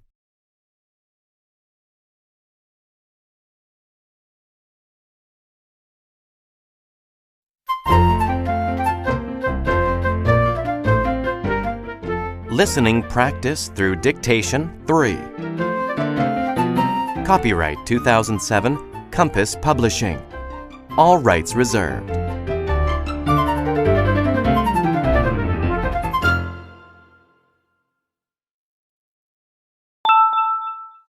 Nature and the Environment. Unit 1. A Big Responsibility. Mom, can I get a puppy? No, Billy. Taking care of a pet is a big responsibility. I promise to take good care of him, and you won't have to remind me to do things for him. A dog isn't a toy that you play with for a while. He will be part of our life for the next 10 or 20 years. He is a living creature. I understand that, Mom. I promise to feed him every morning and take him for walks every afternoon. That's part of the responsibility, but there's more. He needs a license and has to go to the vet to get shots. A dog also needs companionship. You can't go off with your friends and leave him locked up in the house all day. I understand, Mom. I have almost $100 in the bank, so I can pay for his license and shots now. There are other expenses too. Dog food is rather expensive. Well, I have my job mowing lawns, and I'll get a newspaper route. I think we should discuss this with your father when he gets home. This is a family decision. Okay, Mom. Thanks. Unit 2. Elephants are amazing. Elephants are interesting. They are intelligent. They also have a great memory. You should always be kind to elephants. They remember everything. A woman from India told me a story. When she was a little girl, she knew of an evil elephant keeper. He often hit his elephant. He was very mean and cruel to the elephant. Then the evil keeper sold the elephant. The new keeper was a very kind man. Many years later, the evil keeper met the elephant again. The elephant remembered the evil man. He picked up a stone with his trunk and threw it at the evil man. The elephant still knew the man, even after so many years. Elephants help each other too. Elephants use a special sound. The sound is so low that people cannot hear it. This sound travels really far. Groups of elephants can communicate with each other, even if they are far apart. This is very useful because it helps the elephants to find water and food. The elephants cooperate to help each other. Unit 3. Ants everywhere. Hello, Mrs. Wilson. How are you? I'm worried, Brianna. Thousands of ants are all over my patio. That's quite a problem. What's worse is that my daughter's birthday party is in a few days, and I wanted to have it on the patio. Why don't you call an exterminator? I would, but I don't want all those hazardous chemicals around my children. It's harmful and unhealthy. I also don't want dangerous substances to seep into the garden. I usually don't have problems with ants, and I don't use any chemicals. What's your secret? Well, ants are difficult to control, so I planted a lot of mint plants near my deck. I also use cinnamon and cayenne pepper. I just sprinkle them around the places I don't want ants. Some people have tried it and said it worked. Others said that they needed to try something else. I think it's worth a try. I would rather use cinnamon and mint around my patio than some hazardous chemicals. Besides, I don't mind having the ants in the yard. I simply don't want them coming to the birthday party. Would you mind helping me? It would be a pleasure. I have a lot of cinnamon at home, and I can run to the store to get the plants for you. Thank you, Brianna. You're such a thoughtful person. Unit 4. The Oil Spill. My best friend Katie lives near a beautiful white sand beach. Her parents take us there every summer. The water is clean and refreshing. We have a lot of fun in the waves. Last year, there was an oil spill at Katie's beach. We volunteered at the beach to clean up the oil and help the birds that were caught in the spill. When we arrived at the beach that day, the water was slick with oil and the white sand had turned black. It was an ugly sight. At first, the rescue workers would not let us on the beach. We had to watch from a distance. We watched as they put a huge float in the water called a boom. This device kept the oil slick from spreading. Once they stopped the slick, we were allowed on the beach to help. Each of us was given a broom. We swept the oil into a pile. The workers took it away in big trucks. We all worked very hard that day to restore the beach. Once the oil was removed, the birds that had been caught in the oil had to be helped. The workers showed us how to remove the oil from their wings. Then the birds could fly away to safety. We were very proud of ourselves that day. We helped save our beautiful beach and the birds who visit it. Unit 5. The Amazing Amazon. The Amazon is an amazing river. It is unique in many ways. It is the second longest river in the world. It is 6,500 kilometers long. It starts up in the Andes Mountains. Its drainage basin, the area of land that collects water, covers 40% of South America. The Amazon River has many small rivers that supply it with water. It is the widest river in the world. The river rises more than 9 meters during the rainy season. It overflows its banks. It floods large areas of the rainforest.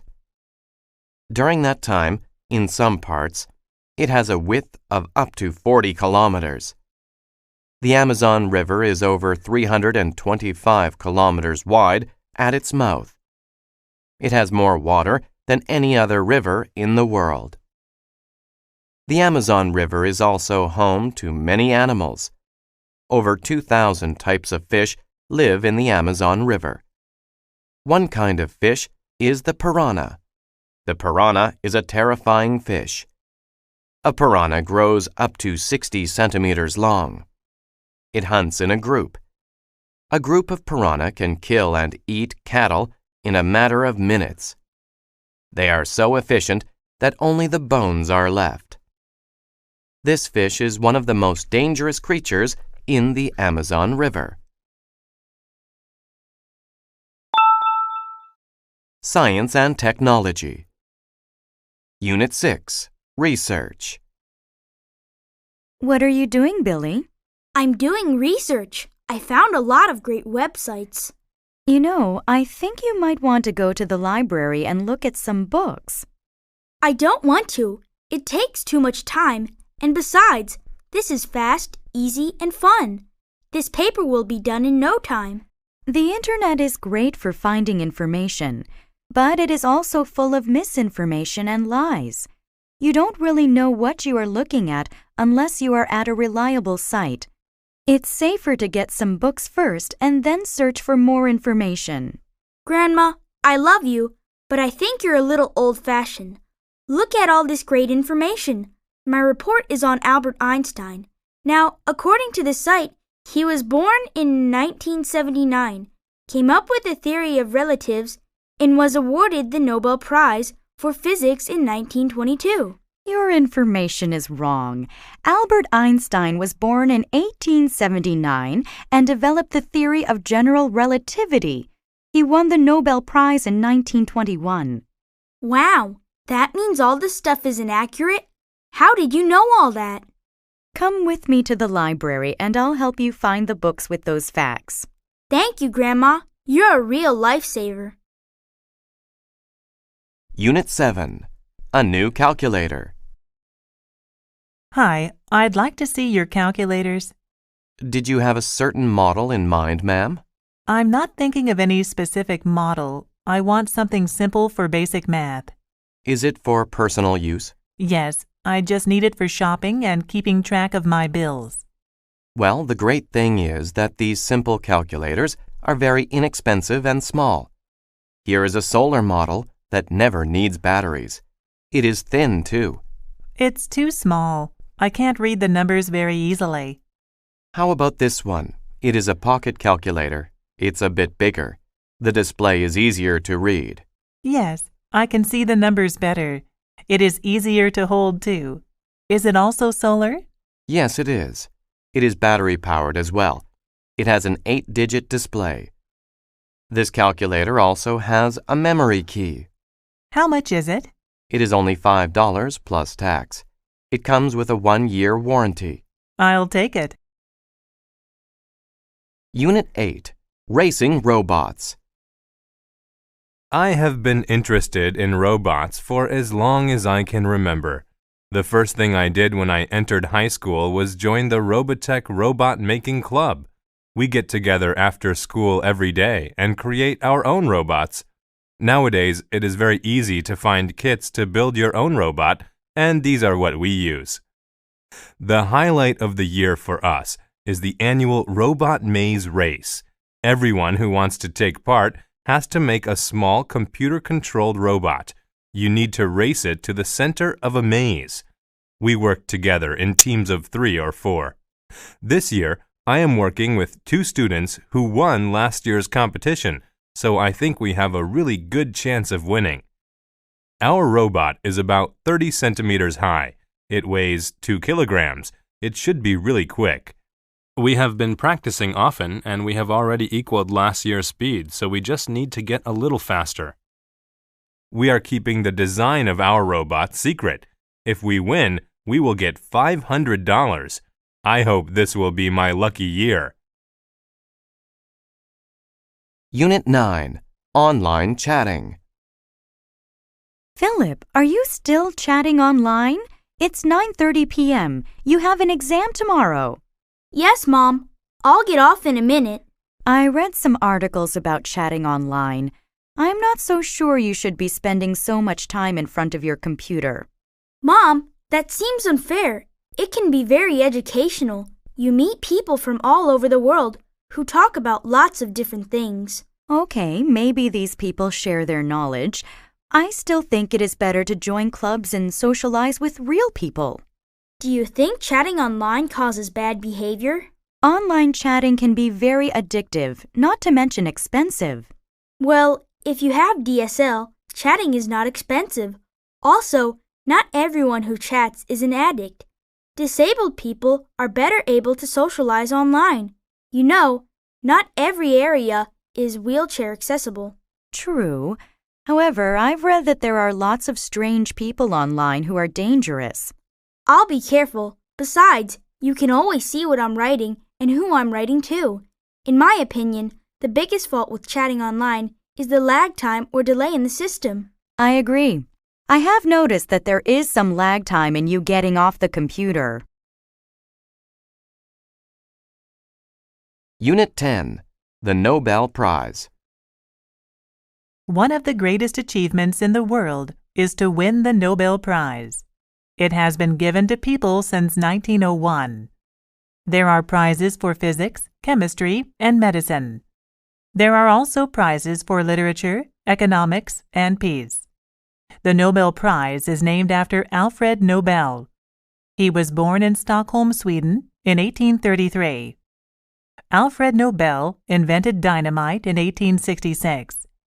Dynamite is used in mining, construction, and war. Before he died, he wrote that all of his money should be used to create the Nobel Prize. He died in 1896. The first prize was given in 1901. Each prize has 3 parts: a diploma, a gold medal, and money. The money has increased since 1980. It is now 10 million Swedish crowns. This is about 1 million euros. How are the winners chosen? 5 committees secretly meet to pick the winners. The Nobel Prize for Economics is the only one that is not decided that way. That is because it was created in 1956 by the Bank of Sweden in honor of the 50th anniversary of Alfred Nobel's death. The Bank of Sweden decides who gets the Nobel Prize for Economics. Since 1901, over 750 people have won the Nobel Prize. Art and Culture. Unit 11. Great Art. What makes a painting a great work of art? There are many answers to that question. Some people think that a painting should look pretty. Others disagree. The skill of the painter is important. The techniques used are also important. Most of all, a great painting has meaning. A great painting has a special element in it. Sometimes a painter's special element is the way he portrays his or her feelings in a piece of art. An example of this is Picasso's painting, Guernica. It has strange shapes in it. It shows suffering people, too. It is not a very pretty picture. However, it makes people understand Picasso's feelings about war. Other times, the element is a memory or feeling. This comes from inside another person. Someone may see a painting and be reminded of a beautiful memory. A painting can also remind people of a feeling. For example, Leonardo da Vinci's Mona Lisa is very popular. Many people like her smile. Some people say it is a mysterious smile. Others say it is a happy one. Still others make up stories about the woman in the painting. Which element is the most important? Is it the skill of the artist or the feelings of the person looking at the painting? Whatever the case, a painting that grabs people's emotions is popular. Unit 12. Talking Drums. I want to be a member of a heavy metal band. I love heavy metal drums, James. I don't, Henry. They are too heavy if you ask me. I prefer a more traditional style, like African barrel drums. Barrel drums? What are those? They are made with hollow logs and animal skins. First, they cut down a tree. They cut a section that's about as thick and tall as a barrel. They stretch an animal skin over the top and tie it to the sides with wooden pegs. These pegs can be tightened to change the pitch. That sounds interesting. In Nigeria, they have talking drums. They use a hollow tree trunk that's smaller than a barrel drum and leave an opening at both ends. Then they fit an animal skin on each end. There's a string between each of these ends. When a player holds the drum under an armpit and squeezes, it tightens the string and raises the pitch. Why do they call it a talking drum? The drummers are so skillful they can make the drums imitate human voices. They seem to cry, laugh, and shout. I'd like to hear that. Why don't you come to the community college with me tomorrow? A troupe from Africa is giving a concert, and they are supposed to have the best drummers in the world. Now that sounds great. Unit 13. The Hot New Movie. The latest blockbuster movie, Robots Attack 2, starring Garrison Fort, opened yesterday. Fort and Andy Robot are at it again, saving people from the jaws of death. The evil robots are invading Atlantis once again. The crowds seem to love the sequel. Maybe they loved it as much, if not more, than the first Robots Attack. The special effects are fantastic. Mr. Fort seems to have worked on his fighting technique. His martial arts skills are amazing. He beats the evil robots easily. Of course, our leading man saves a lady in distress, the fair Angie. She promptly falls in love with Garrison the hero. However, Andy Robot is jealous of this new love. He spends a good part of the movie trying to ruin their plans.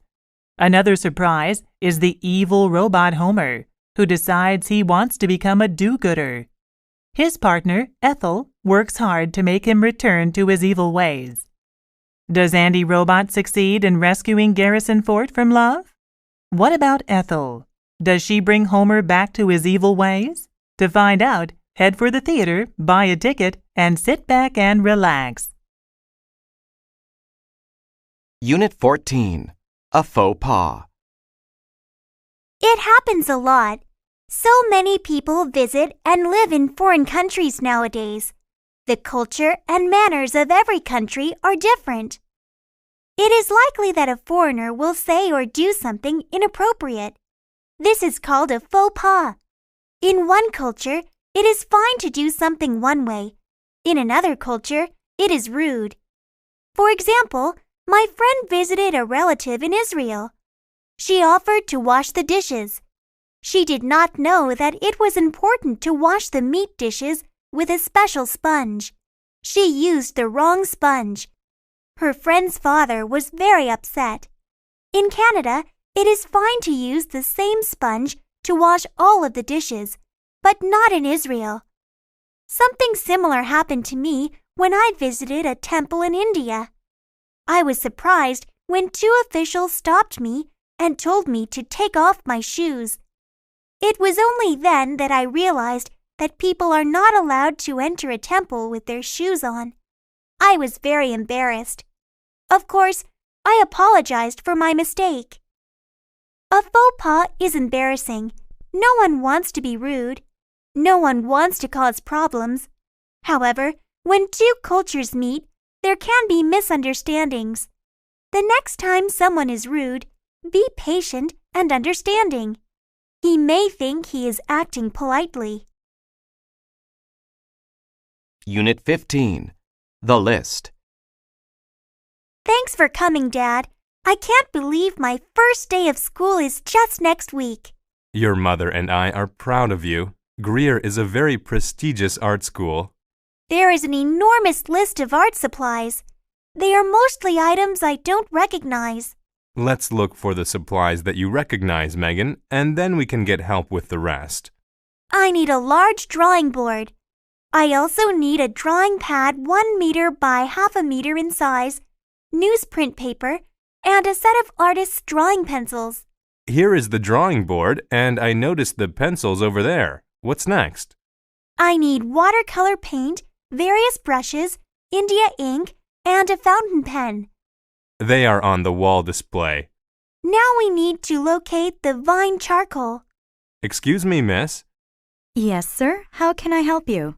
We're trying to find vine charcoal. Do you know what that is and where we can find it? Vine charcoal is specially burned wood. Burning it makes it like a black chalk. It is commonly used for drawing. Vine charcoal is very easy to erase, so we keep it next to the erasers. That's everything, Dad. Great. Let's pay for all these supplies.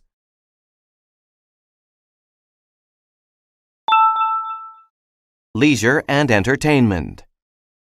Unit 16. Family Camping.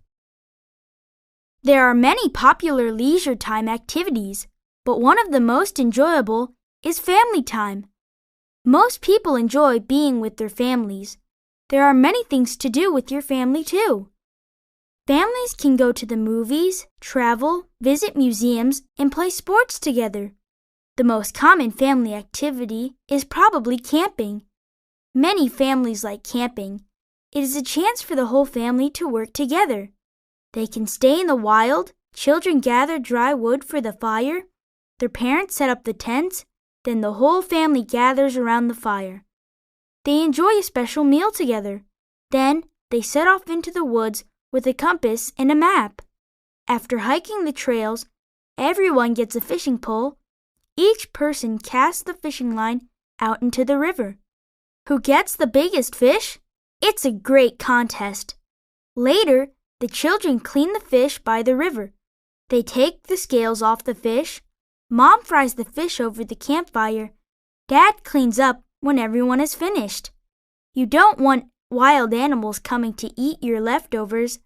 Then everyone goes into their tents for a restful night.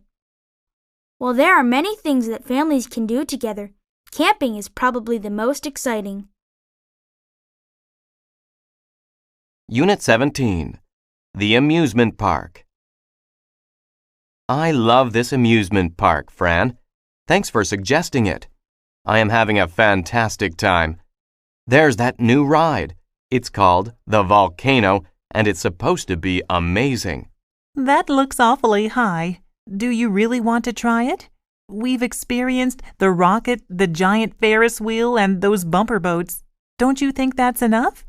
Besides, I'm absolutely starving. If you come on the volcano with me, I'll buy you a pizza with whatever toppings you want. Do you really mean any topping? Even mushrooms, which you don't like? Yes, I will even order a pizza with mushrooms. Okay, Michael. I will try this last ride. Great, Fran. I know you will enjoy this. Did you know that when the volcano erupts, our seats shake? I heard it is quite an experience. I am not sure that I want to get on this ride anymore. Don't worry, Fran. Look at the people getting off the ride. They look very satisfied. I'm sorry, but I don't think I can do this, even for pizza. How would you feel if I bought lunch instead? I don't want to force you to do something you really don't want to do, and I am hungry. Sure, let's get some lunch. I want to try this new restaurant called Skylight. The top of the restaurant spins while you eat. Oh, wow. Let's go. Unit 18, Fresh Lemonade. How can I earn some extra money this summer? Why don't we start a lemonade stand, Will? That's a great idea, Mary. But do you think we will make any money? If we set up in an area with a lot of traffic on a hot day, we will get plenty of customers. We can charge $1.50 per cup. That sounds a little expensive.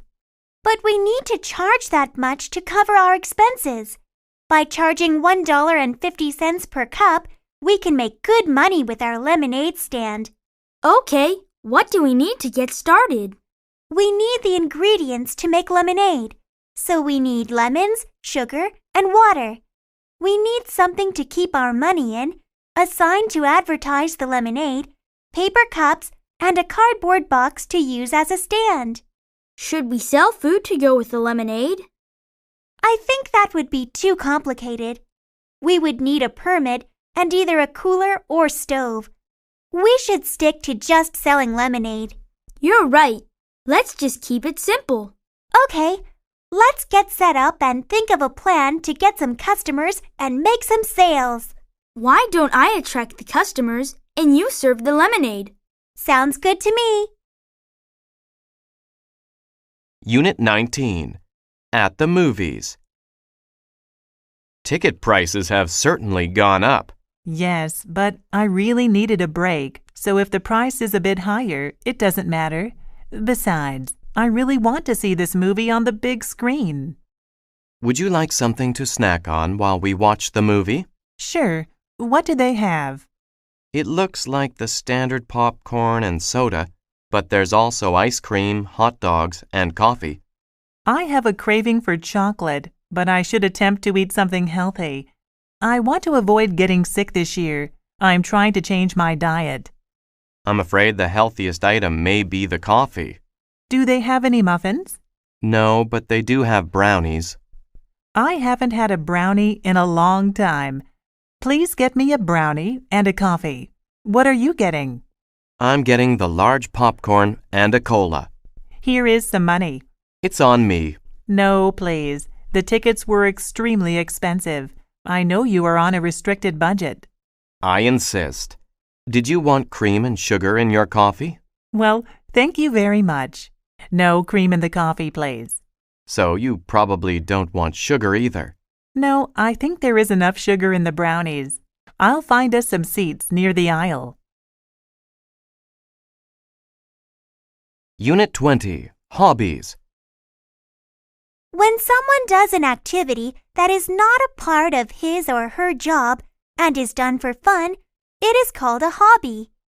Most people enjoy hobbies during their free time. Some people spend a lot of time on their hobbies. There are nearly as many kinds of hobbies as there are people. A hobby can be about making or collecting things or enjoying an experience. Creative hobbies are popular. Some creative hobbies are writing, drawing, and making pottery. A lot of people like making jewelry or clothes. People who do these kinds of hobbies sometimes become writers or artists when they retire. Collecting is also popular.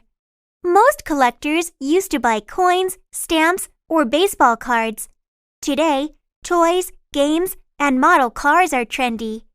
Collectors buy and sell things on the internet. They also shop online in stores all around the world. Enjoying an experience is a hobby too. Some people listen to music.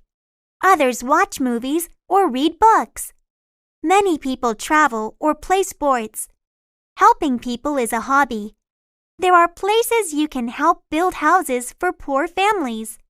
You can help feed the homeless at soup kitchens.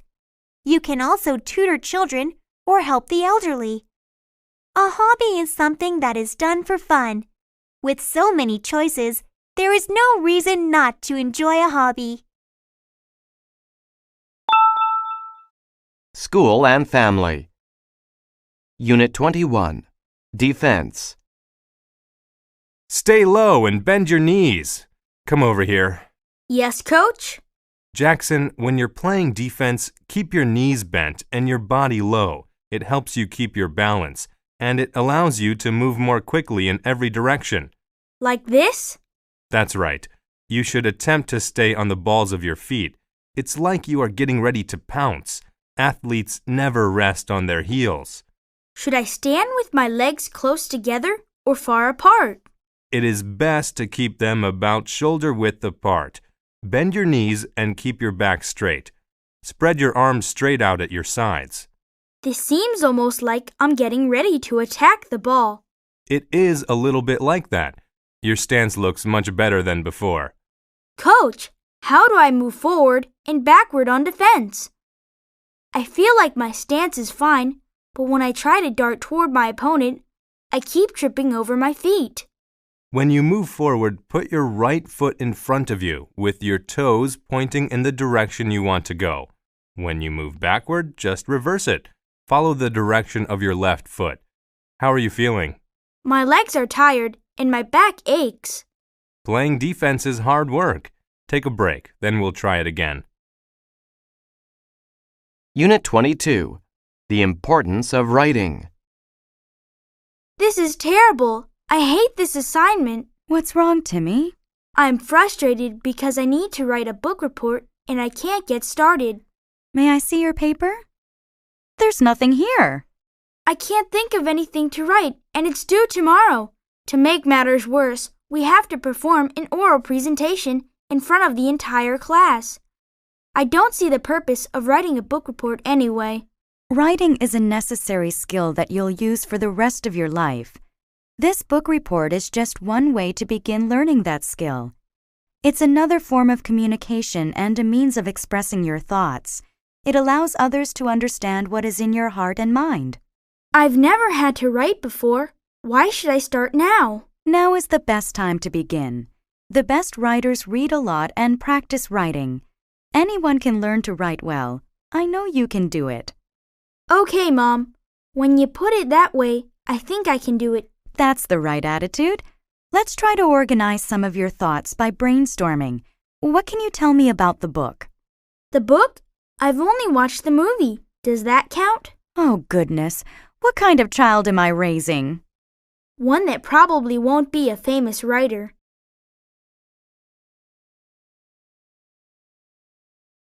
Unit 23. The Course Schedule. It's so difficult to choose what courses to take this semester.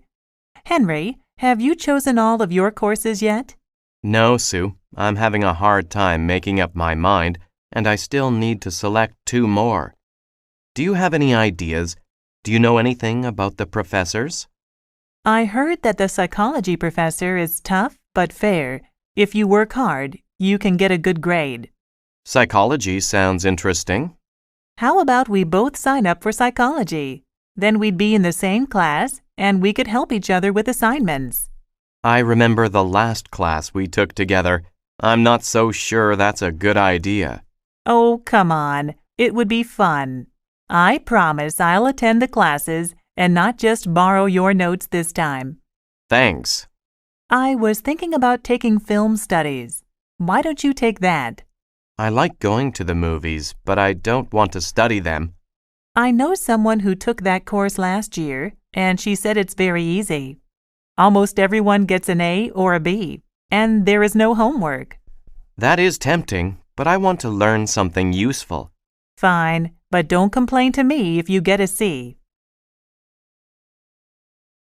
Unit 24. Food, Family, and Fun. Thanksgiving is a special family holiday in America. Families come together to give thanks for all they have. Although every family celebrates in slightly different ways, a typical Thanksgiving is full of food, family, and fun. My family celebrates Thanksgiving too. Everyone in my family goes to my parents' place for Thanksgiving. We have a large meal. Everyone helps on Thanksgiving. The children set the table. My mother cooks the turkey using her own secret ingredients. My father makes the side dishes. He makes potatoes, beans, carrots, stuffing, oysters, and beets. My mom makes cranberry sauce. My sister-in-law brings a pumpkin pie. I come early to help my parents cook. When it is time to eat, we put all the food on the table. Everyone sits down. We each say what we are thankful for before we eat. Some of us are thankful for our health, and others are thankful for their jobs. Everyone is thankful for something different. There is a lot of activity after the meal. My aunt and uncle clean off the table. My sister-in-law helps me wash the dishes. The teenagers wash and put away the silverware. The children help to tidy the dining room. My brothers take out the garbage. Then they go play football in the backyard. The rest of us sit down and relax. We are thankful for the food and our blessings. Most of all, we are thankful to have each other. Unit 25, The Project. Hey, Dad, do you think you can help me out? I've just been assigned this enormous project at school, and I really don't know where to begin. Sure, Jason, I'll give it my best shot. Oh, Dad, I know you'll be a great help and inspiration to me. Okay, that's enough flattery from you for one day. What's this project about? Well, I have two choices. I can research a profession, or I can interview someone that I admire about their profession. If I do the second option, I must also add my own opinion about their profession. Well, I am an expert when it comes to my profession. Accounting is a noble profession, and one that I am always happy to talk about. Dad, I know how much you love your career. It isn't that I don't admire you, but what I was hoping actually was that you could speak to Mr. Chang, your diving friend, and see if he would agree to an interview. Diving for a living sounds cool. I see. That's a great idea. You know how I really dislike talking about myself for too long. Let me give David Chang a call right now and find out. Thanks, Dad. You're the best. I know this will be an awesome project. People and Work. Unit 26, The Assignment. Hello, Wendy. Who did you do your homework about? I wrote about my dad because he is a firefighter. Really? Does he actually go into burning buildings? Yes, and he sometimes has to crawl into tight places to rescue people. Has he ever been trapped in a burning building? Well, one time he needed to break down a door. He was carrying a little girl out of her house. Someone left the stove on, and it ignited a fire in the kitchen. Was everyone all right? All 5 people living there escaped safely, but the house burned to the ground. Your dad is incredibly brave, a real hero. What does he do at the fire station? He resides there for a few days when he works. All of the firefighters cook, eat, and clean together. When there's a fire, they slide down a pole into the fire station's garage to get their firefighting equipment. They quickly put on their gear and then jump onto the fire trucks. My dad loves to drive the fire trucks. Wow! Maybe I should be a firefighter someday. I'm definitely going to be a firefighter, Ian. I want to be just like my dad. Unit 27, Coco Lee. Theron Lee's mother hoped her daughter would follow in her footsteps and become a doctor.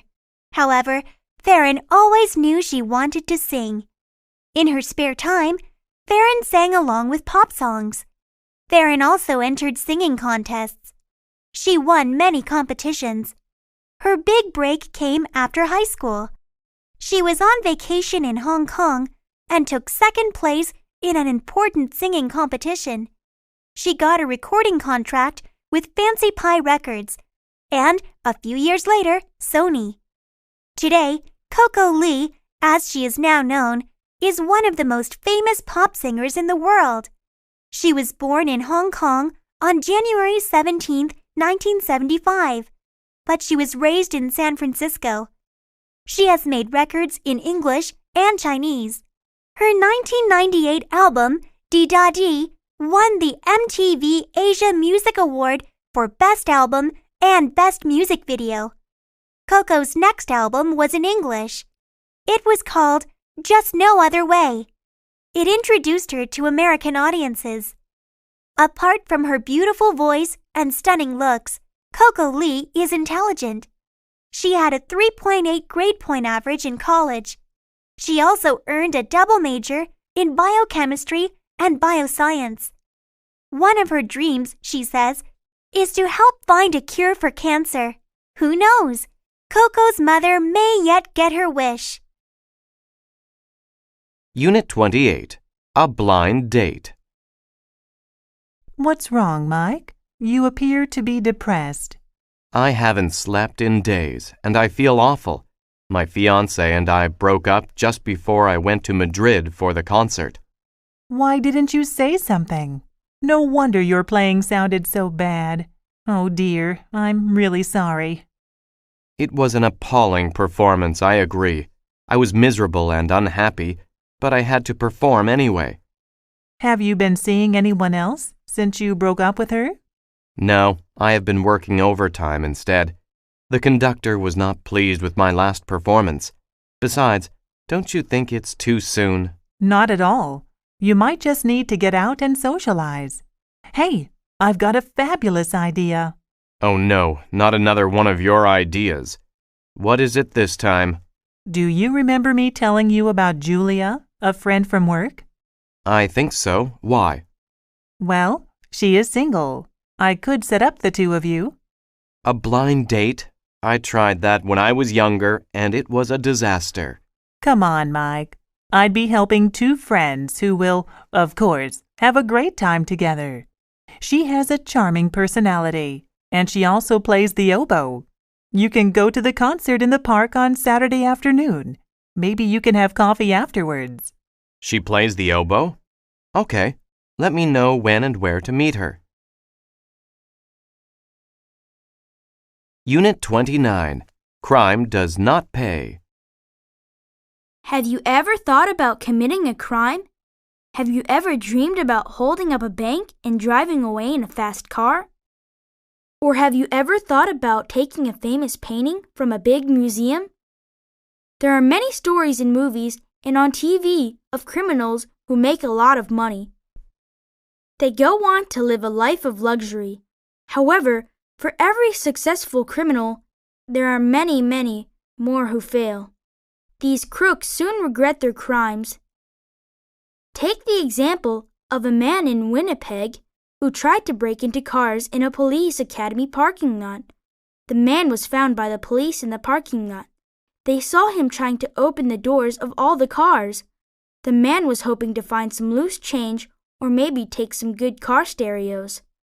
However, he did not know that he was being watched by police officers.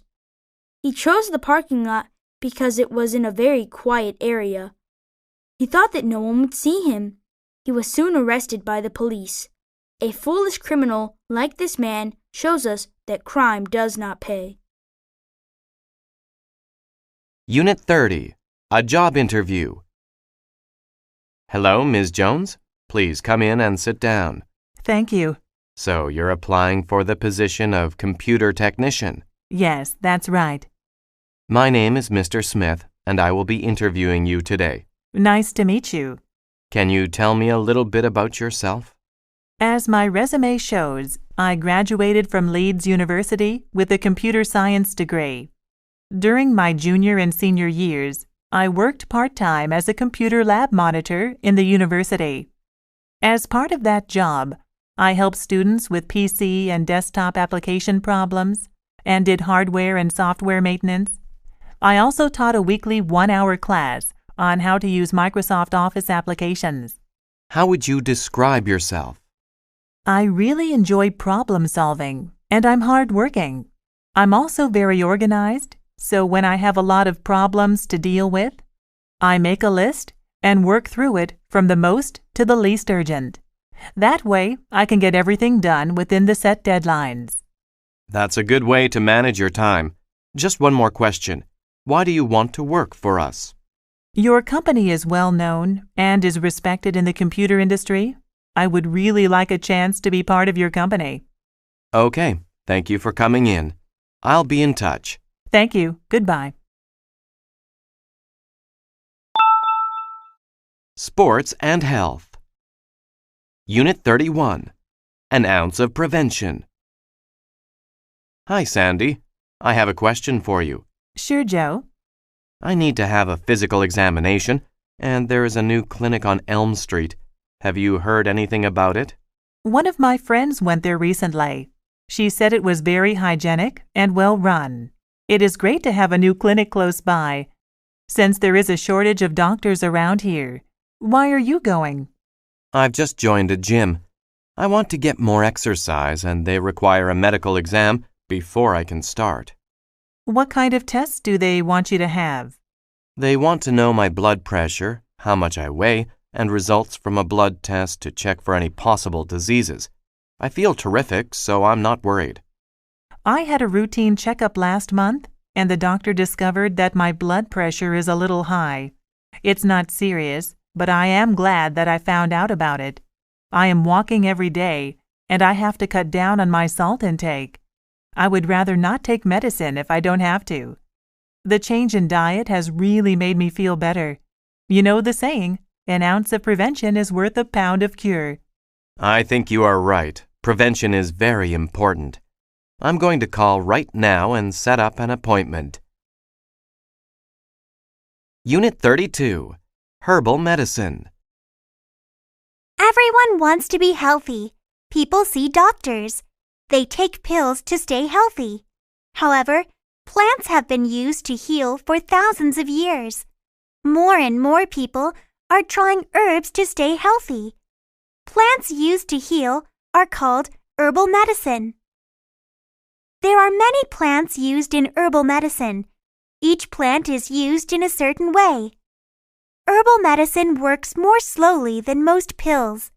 Many people think plants are gentle on the body. There are a lot of examples of helpful plants. Ginger can help your body. Eating ginger often may help you stay healthy. Another helpful plant is parsley. It can stop bad breath. Herbs may be gentler than some pills. However, this does not mean that anyone can take them in any way. You should always be careful. Some herbs can be harmful too. Too much rosemary can be very bad for your stomach. It can make you sick. Foxglove is a very pretty flower. It also has poison in it. Nevertheless, if you are afraid of using herbs, you may be surprised. You have probably already used some kind of herbal medicine. Coffee, garlic, ginseng, and peppermint are all used in herbal medicine. Herbal medicine is becoming popular again as people become more interested in their health. Unit 33. Home Remedies. Everyone gets a cold now and then. Doctors cannot cure colds. Sleep and rest are good for taking care of a cold. However, in almost every culture, most families have a home remedy for colds. These remedies are passed down from parents to children. They have changed very little over time. Different cultures use different ingredients. In Mexico, cinnamon, raisins, oregano, and hot water are used to make a special tea. Honey is sometimes added. A fruit called henipap is used as a cold remedy in Puerto Rico. The fruit is cut up. It is then soaked in water. Sugar can be added to make it sweet. Chicken soup is popular in America. A large chicken is boiled in a pot. Carrots, onions, garlic, and other vegetables are usually added. Ginger tea is used to help a cold in China. A ginger root is peeled. It is then crushed. The ginger is boiled for about 30 minutes. Some honey can be added after it is done. Each family usually has a home remedy for a cold. Some remedies work, some do not. Some taste good, others do not. No matter what, home remedies are sure to be around for a long time. Unit 34. Too much of a good thing? Hi, Jenny. Are you drinking coffee again? Hi, Sam. This is my third cup. Are you sure it's all right to drink so much? Don't you think all that caffeine is bad for you? No, that's a misconception. Everyone thinks coffee is bad for you, but it's not. Really? According to an article I read, coffee can be beneficial to your health. That's interesting, but you should remember that one study does not prove much. There are a lot of other studies out there, too. This doctor in Italy found a lot of benefits. Such as? She says the chemicals in coffee can be good for your heart and may relieve headaches, too. I know that some coffee can be good sometimes, but drinking too much is not beneficial. Coffee has a lot of caffeine, which is addictive. It affects your blood circulation and removes calcium from your bones. The doctor did admit that it is not for everyone and that you shouldn't drink more than 3 cups a day. You seem nervous when you drink a lot. And remember when you told me that you are not sleeping well? Do you think that maybe you should cut back? I appreciate your concern. I was thinking of cutting back. Would you like a cup of green tea? Unit 35. Soccer Rules. Soccer is one of the most popular sports in the world. Although the main idea of the game is easy to understand, there are many rules to be followed. A player gets a yellow card for not following the rules. A yellow card is a warning. If a player keeps breaking the rules, he gets a red card. When this happens, he cannot play anymore. He is ejected from the game. Another rule is about handling. Handling is when another player touches the ball with his hands on purpose. Players cannot handle the ball. A player may not do anything that is dangerous to another player. He cannot kick an opponent's leg to get the ball. There are also some lesser-known rules. A player is not allowed to impede an opponent. This means that a player cannot purposely slow down another player on the field. A penalty can be called if this occurs. There is a rule about blocking a goalkeeper too. A yellow card or an indirect kick can be given to the opponent's team if the player tries this. Yes, soccer is full of rules. Travel and Transport. Unit 36. Visit Frisco City. Frisco City is the place for your next vacation. The city has lots of shopping, food, and fun. There are so many things to do. The Riverwalk is a must-see. Take a city bus to any of the 3 downtown stops. There you will find stairs. The stairs go down to the riverside. There are about 5 kilometers of sidewalk on either side of the river. Palm trees and cypress trees decorate the area. There are also tropical plants. You will see many unique shops, casual cafes, and upscale restaurants. Every shop is different. You can ride one of the riverboats and hear a guide talk about the history of the Riverwalk. However, the Riverwalk is only one of the attractions of Frisco City. There are also 2 amusement parks just outside Frisco City. You can enjoy a day of fun in the sun at Water World Park. You can also spend the day enjoying the roller coasters and other rides at Sunland. Visit Frisco City. You will have a great time. Unit 37. Asking for directions. Asking for directions can be risky. I realized exactly how risky it could be when I needed to meet one of my friends one day. A while ago, I arranged to meet my friend at a new mall. My friend had been there before and indicated that we should shop there together. We planned to meet at 3 p.m. at Burger Palace in the mall.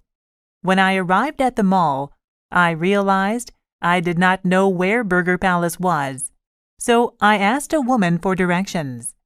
She advised me to go straight past the bank and turn right before the food court. She mentioned that I would walk for a few minutes, passing a shoe store, until I reached Burger Palace, which was next to the bookstore. I followed her directions and arrived just in time. 20 minutes later, I was beginning to wonder where my friend was. 30 minutes later, I was worried. I did not know what to do, so I just kept waiting. At around 3:40 p.m., I saw my friend walking quickly toward me. I rushed to him and demanded to know what happened. "I was at the other Burger Palace," he cried.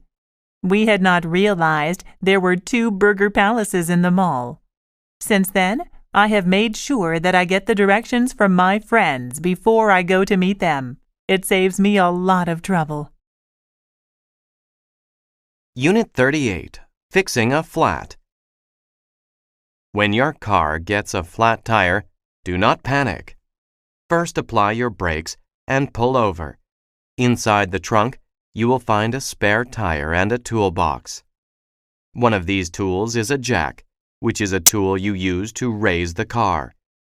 This makes the tire easy to remove. Position the jack beneath the car, behind the tire that is flat. Insert the jack handle and turn it clockwise. Continue turning the handle until the car rises high enough so that the flat tire is well off the ground and spins freely. Make sure that the jack is securely supporting the vehicle. If the car is unsteady or the jack is unstable, lower the car. Reposition the jack and begin again. Next, use a crowbar to pry off the hubcap, the metal cover on the side of the tire. Inside the hubcap are 4 bolts that hold the tire in place. Loosen these using the long L-shaped tool.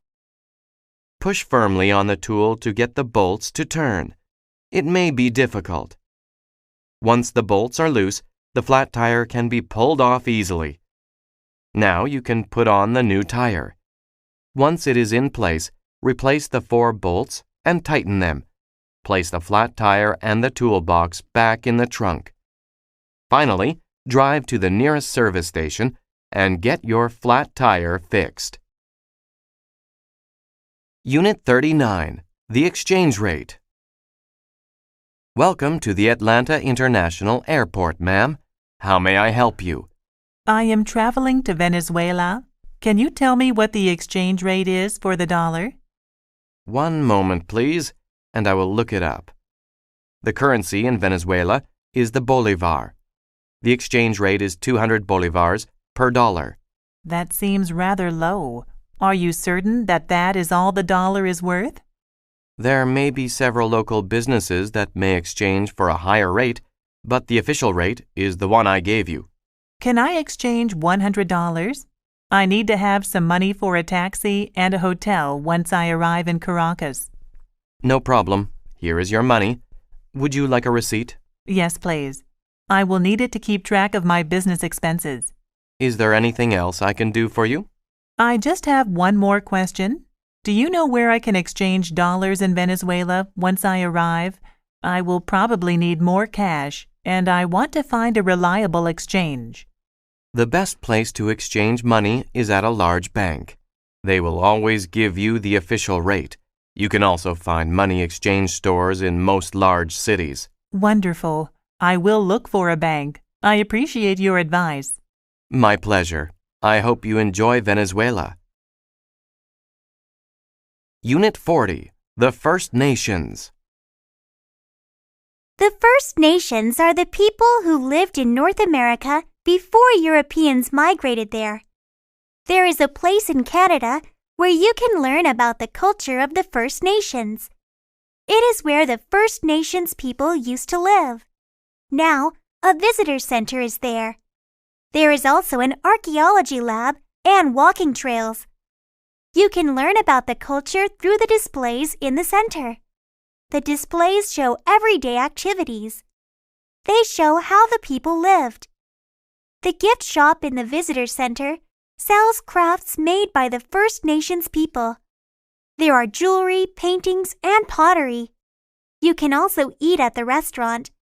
Bison meat is in many dishes. There are also wild rice dishes, fruit pies, and traditional bread. All of the food is tasty. The archaeology lab is run by the local university. A big window lets you see the archaeologists working. They found a very old spearhead. They also found ancient human bones. The First Nations Visitor Center is a great place. You can learn about the First Nations culture. You can also see archaeologists at work. You can walk on the trails or enjoy a traditional meal. It is an experience to remember.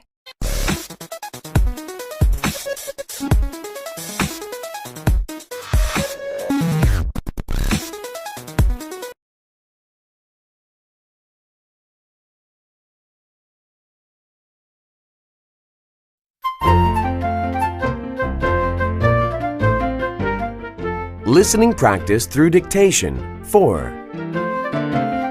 Copyright 2007, Compass Publishing. All rights reserved.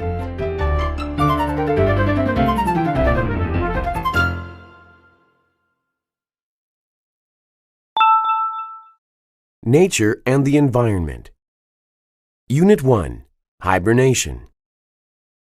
Some animals in cold climates hibernate. This means that they spend the winter months in a very long and deep sleep. Many animals find shelter underground. They dig out shelters to sleep in. Animals that cannot dig find cracks or holes at the base of trees and bushes. If they like the place they find, they might use it for years and years. Animals that hibernate include cold-blooded animals, such as lizards, frogs, and snakes.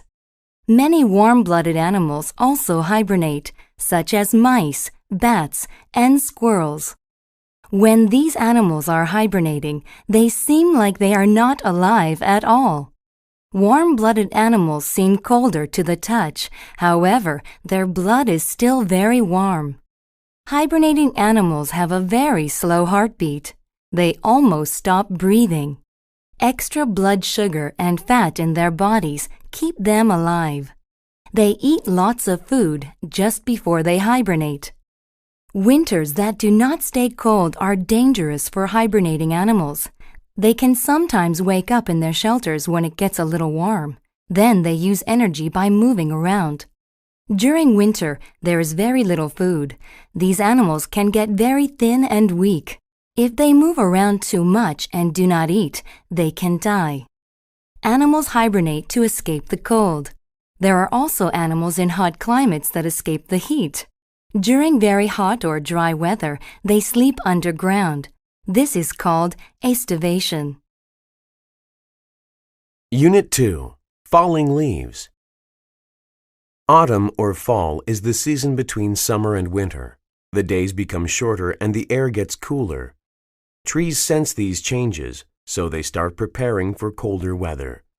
Trees that have leaves block water and food from coming through the branches to the leaves. When this happens, the leaves die. They fall off the tree or the wind blows them away. This is why autumn is usually called fall in America. As the leaves start to die, they appear to change from green to red, yellow, orange, or brown. Actually, the leaves are really these colors all year long. They look green because of a chemical called chlorophyll. Chlorophyll works with the sun to help the trees make food. In autumn, when there is less sun, the tree cannot make chlorophyll, so the green color fades. This reveals other colors, like red and yellow, that were always in the leaves. Like trees, animals also sense changes in the cooler autumn climate. Animals that hibernate eat a lot during autumn. They gain weight to store energy in the form of fat. They use this energy to survive the winter while hibernating. Many birds survive the cold in a different way. They leave. Each year, many birds migrate south to warmer climates during autumn.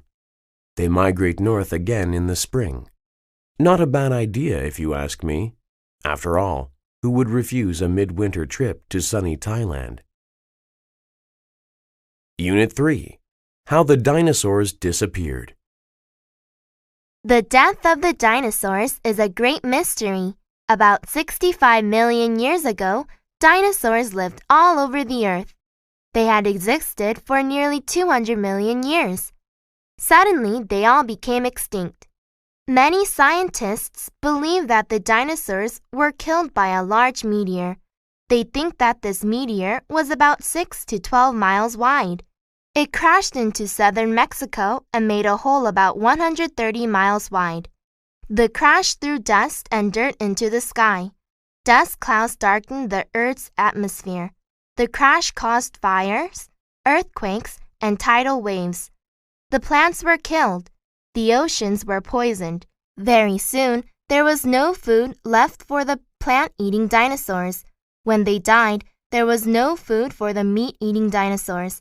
The meteor killed about 70% of all plants and animals on Earth. The only animals that could survive were small ones that could eat many different kinds of food. Some scientists say the meteor alone did not cause dinosaurs to become extinct. They think that dinosaurs were already getting weaker. They are not sure why. One reason might be disease. Another might be climate change. A big part of the mystery is why some types of animals survived. If climate change killed dinosaurs, it should also have killed frogs. If the meteor killed most sea reptiles, it should have killed crocodiles. Yet frogs and crocodiles still exist in the world today. Unit 4. Acid Rain. I hate this rain. It's causing the traffic to back up for miles. Well, I hate this traffic because it's helping turn this rain into acid rain. I heard that acid rain has really bad effects. Doesn't it cause cancer and brain damage, and even Alzheimer's disease? It definitely can, but the major thing it does is cause breathing problems. The acid in the rain comes from smoke and gases that are given off by cars and factories. It's like riding your bike behind a bus that's showering you with its exhaust fumes. Oh, I was reading something about that the other day. It said there's too much sulfur in the air and that it's killing thousands of people every year. Yes, sulfur is the major element in factory and car exhaust. It combines with oxygen and nitrogen in the air to become the acid in acid rain. This stuff doesn't just kill us, you know. It also kills trees and lakes and animals. The acid soaks into the plants and animals so that anyone who eats the plants and animals is also eating the acid. This sounds terrible. What can people do to stop acid rain? One simple thing they could do is to use less energy. Another way to stop acid rain is to drive less, or at least carpool. Imagine if every car on this road had 4 people in it right now. There would be fewer cars and a lot less acid rain. Unit 5. The Weather Forecast. Part 1. And now, over to Barry with our weather forecast for this weekend. How's it looking for this weekend, Barry? Speaking for myself, I know I'm looking forward to clear skies. The past 2 weeks have been even rainier than usual for Seattle. Well, Sue, residents of Seattle will be happy to hear that this rainy spell we've been having is finally coming to an end. Although we've seen occasional showers today, by tonight things should dry out, and Friday morning should be clear and sunny. This fine weather should continue until the end of the weekend, with temperatures ranging from 55 to 75 degrees. So everyone can put away those umbrellas. Back to you, Sue. Thank you, Barry. On behalf of the Thursday 6 o'clock news team, we wish you a pleasant evening. Part 2. Did you hear the weather report, Jenny? It looks like it'll be a clear weekend after all, so we won't have to cancel our trip to the lake. That's almost unbelievable. I'm really looking forward to getting out of the city and camping under the stars. But we'd better get our stuff ready tonight, Paul, if we're planning to leave tomorrow right after work.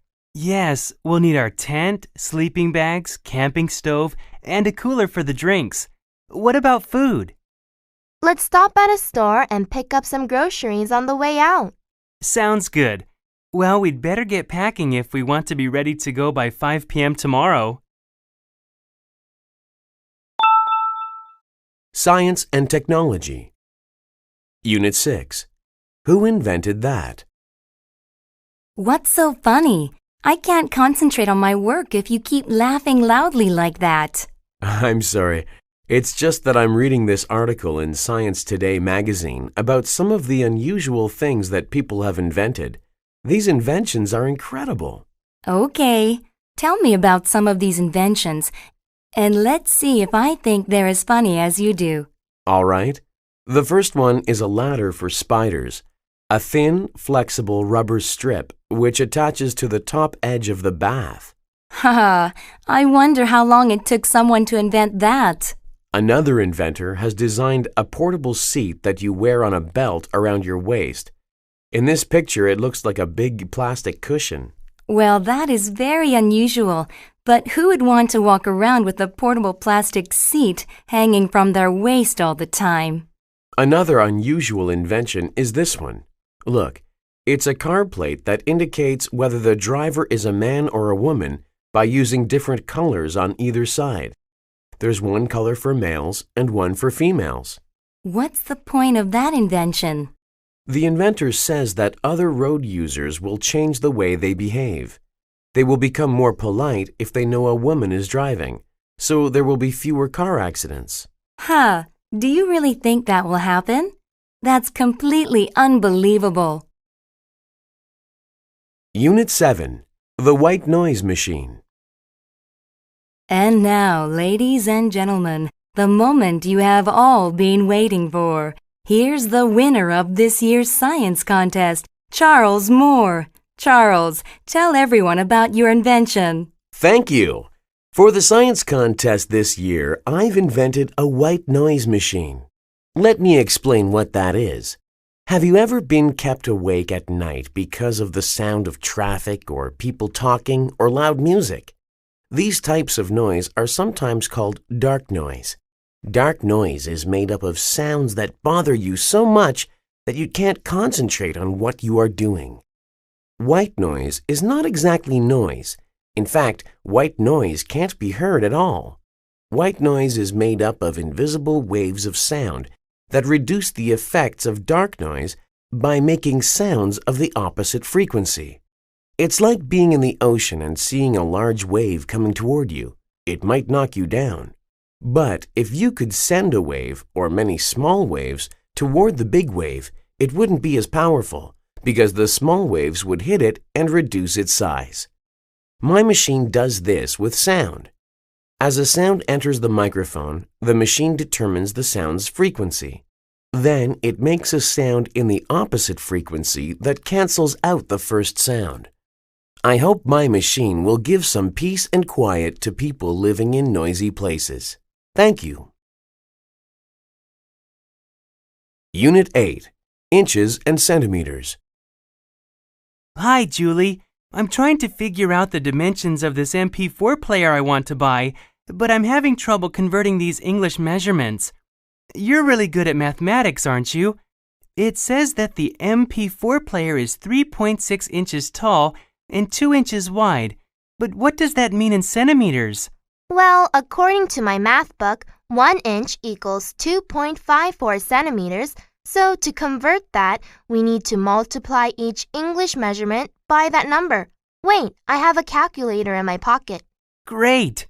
According to the calculator, that would make it 9.1 centimeters tall and, let's see, about 5 centimeters wide. So, its height is about 9 centimeters and its width is about 5 centimeters. But what about its weight?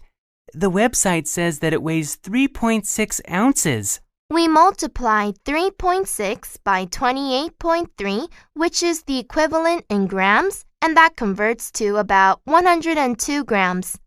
All right then. The MP4 player is about 9 centimeters tall and 5 centimeters wide and weighs about 102 grams. I thought it would have to have larger dimensions to be able to hold 5,000 songs, but it's small and light. Do you think I should buy it, Julie? It sounds like a good product, but it depends on the price. Well, now I have the same sort of problem again. Could you help me figure out how to convert Chinese currency to our currency? Unit 9. Communicating online. Computers have transformed the way people communicate. In some ways, this transformation is good, but in other ways, it could be harmful. Statistics show that millions of people use the internet every day. People shop online, play games, and search for information. Studies also show that people use the internet mainly for communication. The internet has made communication fast and convenient. Email can travel anywhere within seconds. Chat rooms include people from all over the world. People can even make internet telephone calls. However, this type of communication is very different from what people did in the past. People spend less time talking face to face. They might chat for days without being in the same room with a real person. They also might communicate with many people at the same time. Some researchers think this is unhealthy. One study on internet use found that people who used the internet a lot were lonely. Also, they did not communicate as much with members of their family. Many people have criticized this study. They say it did not include enough people and that loneliness is hard to measure. In my opinion, all types of communication are good. It is great to email someone and get a fast response. It is also nice to talk face to face. We can do both. The internet is a fantastic tool. We should use it wisely to benefit from it. Unit 10. Science for Girls. Hi, my name is Sandy. Welcome to Physics, my favorite class. Although there are 30 students in our class, only 6 of us are girls. Most of my friends don't like science as much as I do. They are convinced that science and mathematics are boys' subjects. They say that boys learn about science and mathematics by playing with toys like building blocks, racing cars, and simple machines, while girls play with toys like dolls and tea sets. They say their parents didn't do science experiments with them or encourage them to learn math. Well, that wasn't the case with me. I played with dolls too, but my parents also built up my confidence in science and math. They used long plastic rods, which are like sticks, to help me learn addition, subtraction, multiplication, and division. For my 8th birthday, they gave me a kids' chemistry set, which helped me do all sorts of cool experiments. Whenever we went to the park, my parents asked me different questions about the plants and animals that we saw. When we got home, we looked up the answers together. In school, my teachers were surprised. They were used to boys giving all the answers in science class. They were impressed with my science exam scores. I have lots of confidence in myself. I know that boys are not smarter than girls in science and math classes. I just wish I could convince my friends. Art and Culture. Unit 11. On Stage. Love, hate, death. These things are at the heart of Shakespeare's famous tragedy, Romeo and Juliet. The St. Stephen's High School Drama Club performed this play last weekend. Romeo and Juliet is the story of 2 families, the Capulets and the Montagues, who are bitter enemies. Tragedy follows when the son of one falls in love with the daughter of the other. The play is set in Verona, Italy, in the late 16th century. Alison Bourne played Juliet, Capulet's beautiful young daughter. She showed the mixed emotions Juliet felt after secretly marrying the son of her family's most hated enemy. At times, she was happy, and at times, she was afraid. David Taylor played Romeo, Montague's son. He put on a good performance despite having a head cold. His lines were said with great feeling in a clear voice.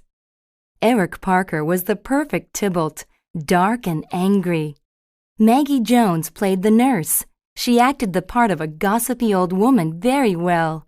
She made everyone in the audience laugh at her jokes and her comic character. The whole cast showed enthusiasm in every scene. The actors knew the meaning of their lines. They used body language to show this meaning well. The stage lights were sometimes too bright or too dim, but the sword fights looked very real and the costumes were wonderful.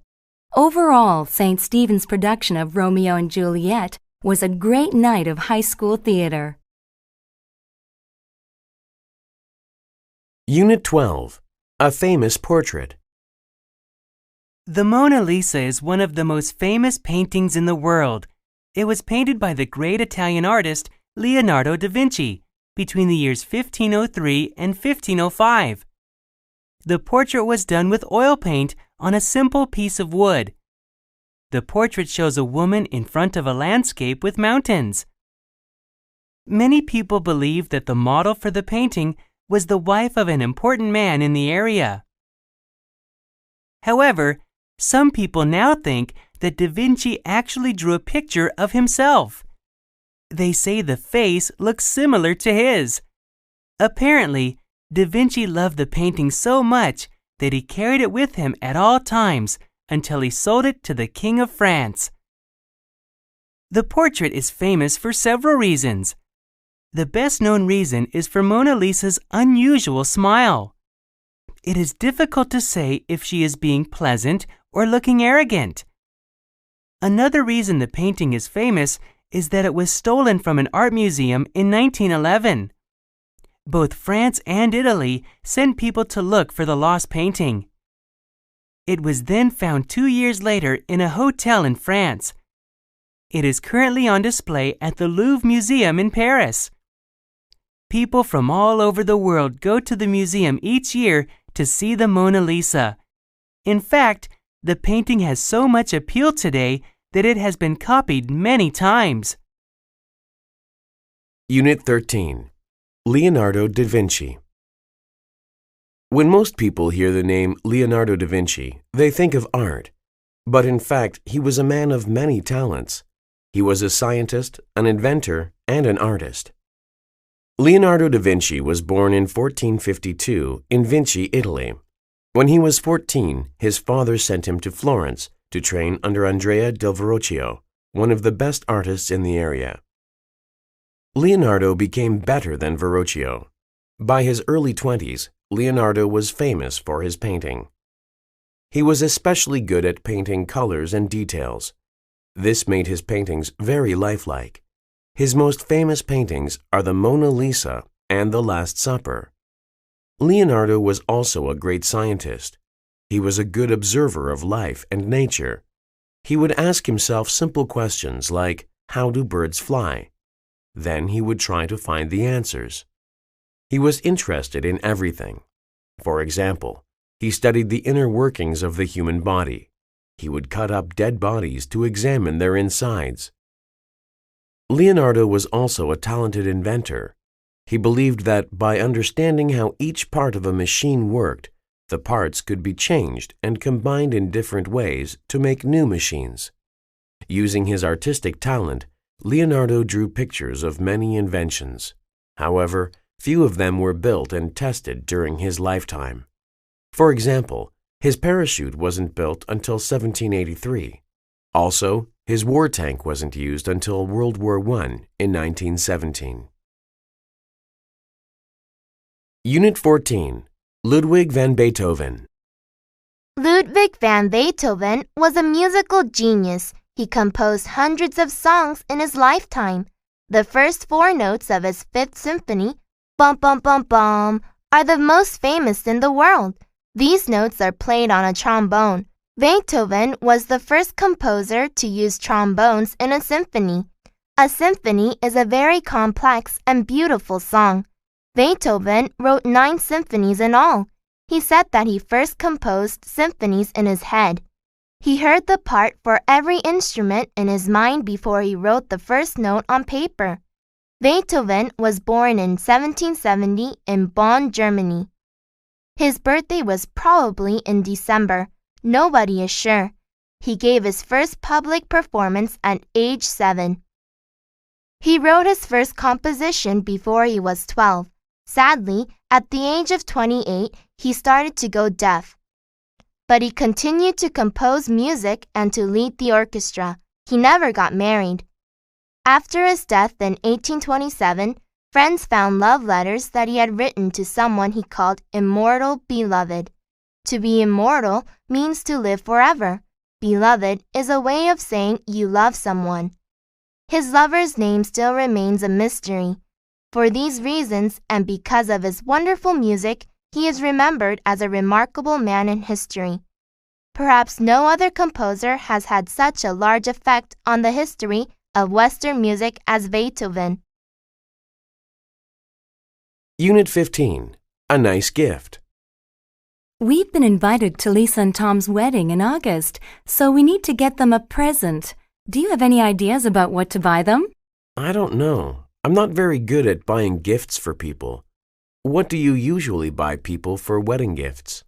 I'd like to buy something that they have especially asked for. Most couples who are getting married go to several department stores and make a list of what they would like, and the stores put the list into a computer system. Then you can go and print out the list and choose something that they would like. Are Lisa and Tom registered somewhere? Yes, they are registered at 2 department stores. I've already printed out their list from one store. What have they asked for? Well, they have asked for different things for their new house.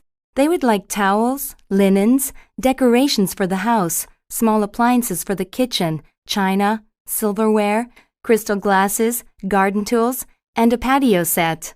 Wow, that's a lot of stuff. How should we decide what to get them?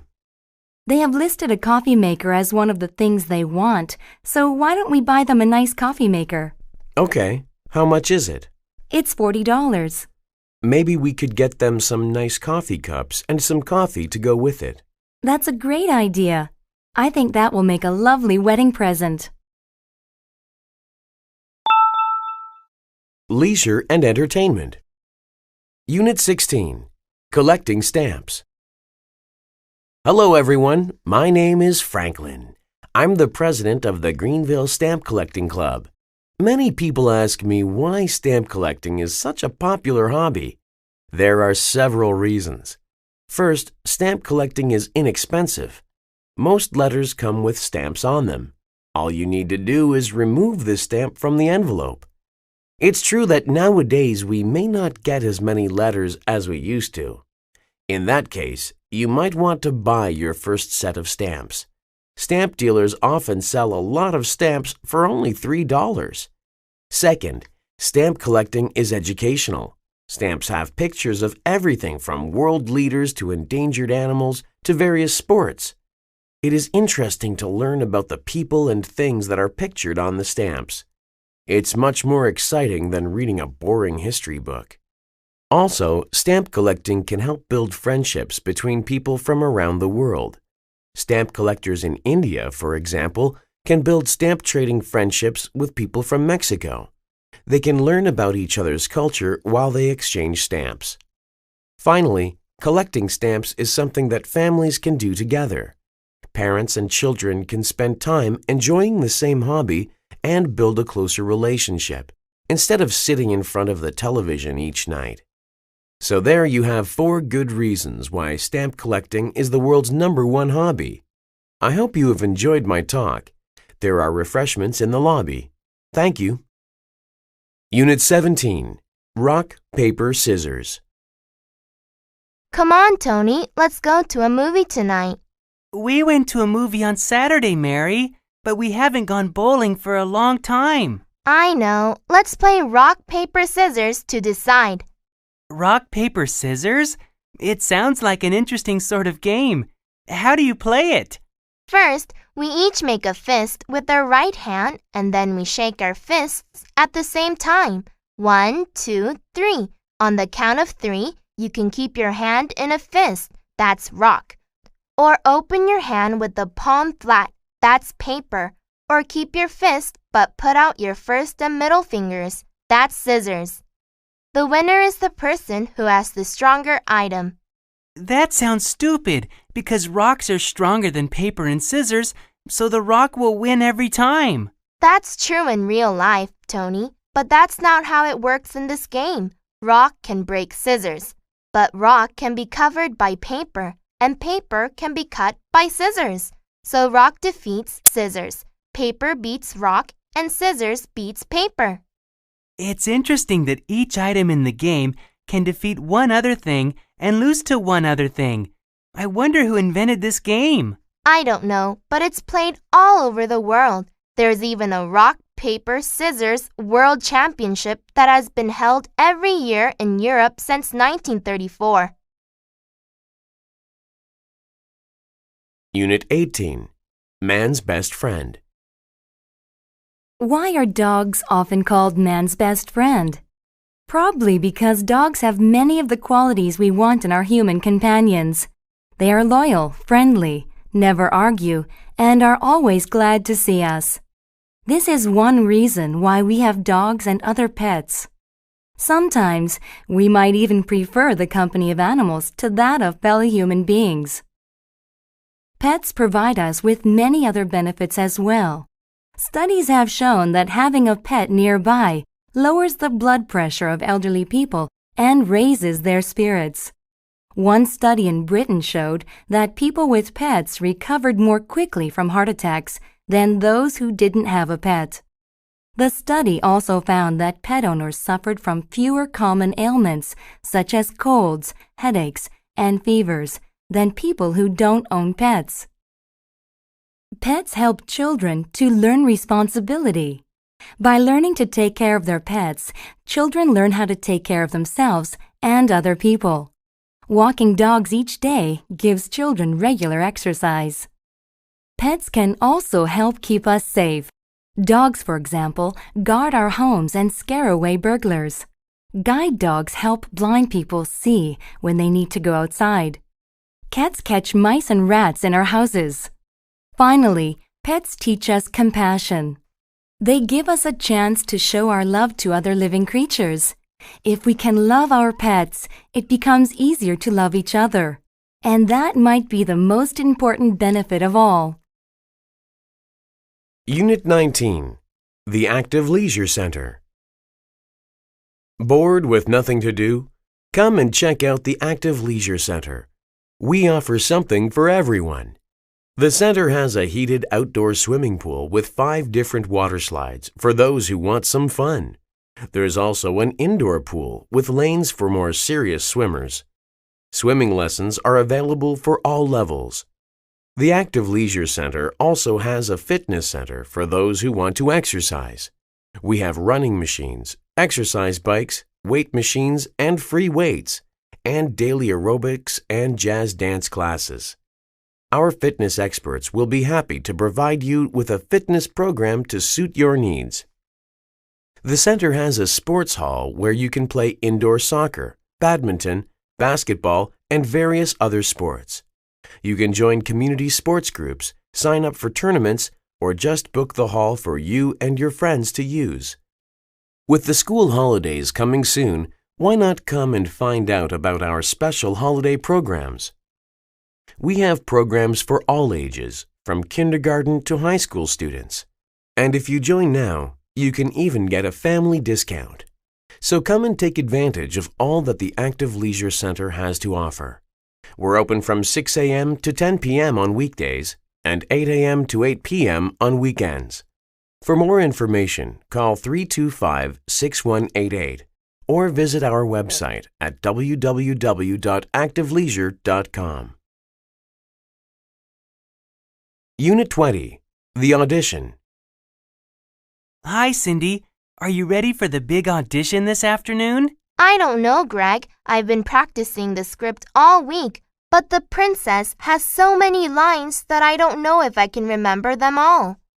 You don't have to remember all of them for the audition, just the lines for the main scene. where the pirate meets the princess and tries to kidnap her. I know, but even in that scene, the princess has quite a few lines. You've got to think positive and have some confidence in yourself. I think that you're going to get the part and that you'll be a fantastic princess. Well, I'm glad that somebody has confidence in me. I think I'm just worried that I'll forget my lines. By the way, which part are you going to try out for? I'm trying out for the part of the pirate, the one who tries to steal the princess away from the prince. Oh yeah, the pirate and the prince get to have that cool sword fight in the final scene, and then the prince kills the pirate with his own sword. Yeah, I remember reading that in the script. But at the audition today, we'll be practicing the scene where the pirate first sees the princess and falls in love with her. Hey, I'll help you practice your scene if you'll help me practice mine. You've got a deal. Let's start now.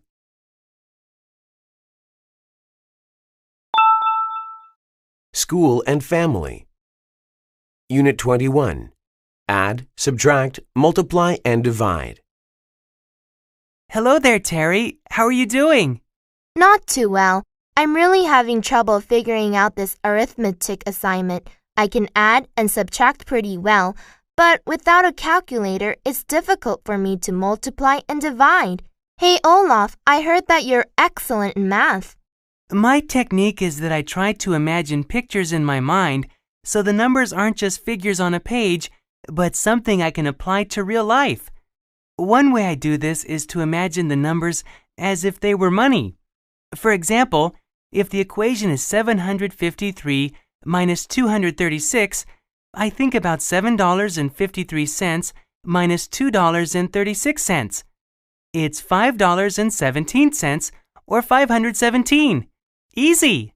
Wow, that does seem easier for adding and subtracting. But how do you apply this technique to multiplying and dividing?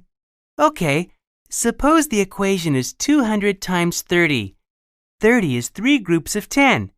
So first I imagine 10 groups of people standing in a large field.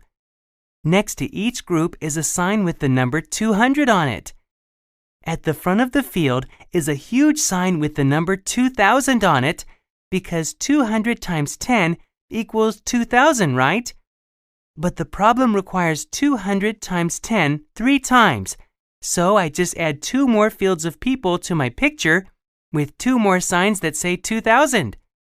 Now I have 2000 times 3. The answer is 6000. Unit 22. I Spy. Dad, this is so boring, just sitting back here with nothing to do. Playing a game is a fun way to pass time on a long car trip. Okay, but what kind of game can we play when we're going 70 miles an hour in a car? Well, when I was young, we used to play a game in the car called I Spy. One person decides on an object that he or she can see and tells us its color. Then the rest of us have to ask yes or no questions to try and find out what it is. I'll go first, and I spy something that's... Hey, I wanted to go first. Billy, let your sister begin. Remember, it's considered good manners to let girls and younger children have their turn ahead of us. Yeah, remember your manners, stupid. Betsy, it's also good manners to treat each other with respect and not to call people names. I think you need to apologize to your brother. I'm sorry, Billy. Let's start, okay? I spy something small and green. It's on the steering wheel and... Stop, Betsy. Dad said that you're only supposed to tell us its color, not its size or location or anything else. Oh no, I forgot. That's okay, honey. Everybody makes mistakes. Remember the saying, if at first you don't succeed, try again. Okay, let me try again. I spy something... Unit 23. American Families Today. American families today are very different from what they were about 100 years ago. The main difference is that families are now much smaller. In the past, most families lived on farms. They needed children to help them work. Today, most families live in cities. Parents do not expect their children to work for them. It is also becoming very expensive to raise and educate children. Many parents cannot afford to have a large family. Others think that there are already too many people in the world. If they have more than 2 children, it will increase the population. Also, the types of families are changing. Statistics show that there are more single parents than ever before. More and more unmarried couples are having children, and a growing number of couples are choosing to have no children at all. Traditional families, a married couple with children, live in less than 25% of all U.S. homes. One reason for this trend is the greater number of working women. In the past, women depended on their husbands for money. Now, many women have jobs. They don't have to be married to have money. Another reason is divorce. This is when a husband and wife decide not to be married anymore. Almost half of all U.S. marriages end in divorce. Many people decide not to get married at all. They prefer to be single and live without a husband or a wife. Unit 24. Making Decisions. How does your family make important decisions? Do children have any say in making these decisions, or do parents simply tell them what to do? There are several different methods for making family decisions. One method is to have a vote. Each family member writes his or her own choice on a piece of paper. With this method, each person gets equal say in the issue being decided. What if the vote is a tie? You should think of an idea to break a tie before you vote. A second method is to give older children special privileges. If you're moving into a new home, for instance, the oldest child might get first choice of bedrooms. A third method is to take turns making the decisions. Suppose a family goes on vacation together each year. One year, they might let their daughter decide where they should go. The next year, the choice goes to the son. A fourth method is to let the head of the household decide what is best. That is the way we do it in my family. The head of our household, my father, listens to all our opinions. Then he makes a decision. We agree to follow his decision even if we don't like it. Making family decisions is not always easy. The important thing is to choose a method that everyone agrees on. That could cause a problem, however. Which method should you use to decide which method to choose for making decisions? Unit 25. My Favorite Teacher. The best teacher I've ever had was Mr. Lambert, my high school French teacher. He was short with dark hair, a thick beard, and a big smile. His legs were short too, so his arms always looked too long. He was a very good teacher because he always brought so much energy to the classroom. His classes were never boring because he was always active, trying to find new methods to communicate ideas. Because he taught French, English wasn't allowed in class, so he often had to demonstrate the meaning of new words through gestures and acting. Once he had to communicate the word above without saying it in English. First, he pulled a desk near the blackboard and then put a wastebasket between the desk and the blackboard. Next, he put his feet on the edge of the blackboard and his hands on the desk so that he was above the wastebasket. I've never forgotten that demonstration. It was difficult not to enjoy the subject when he was so excited about teaching it.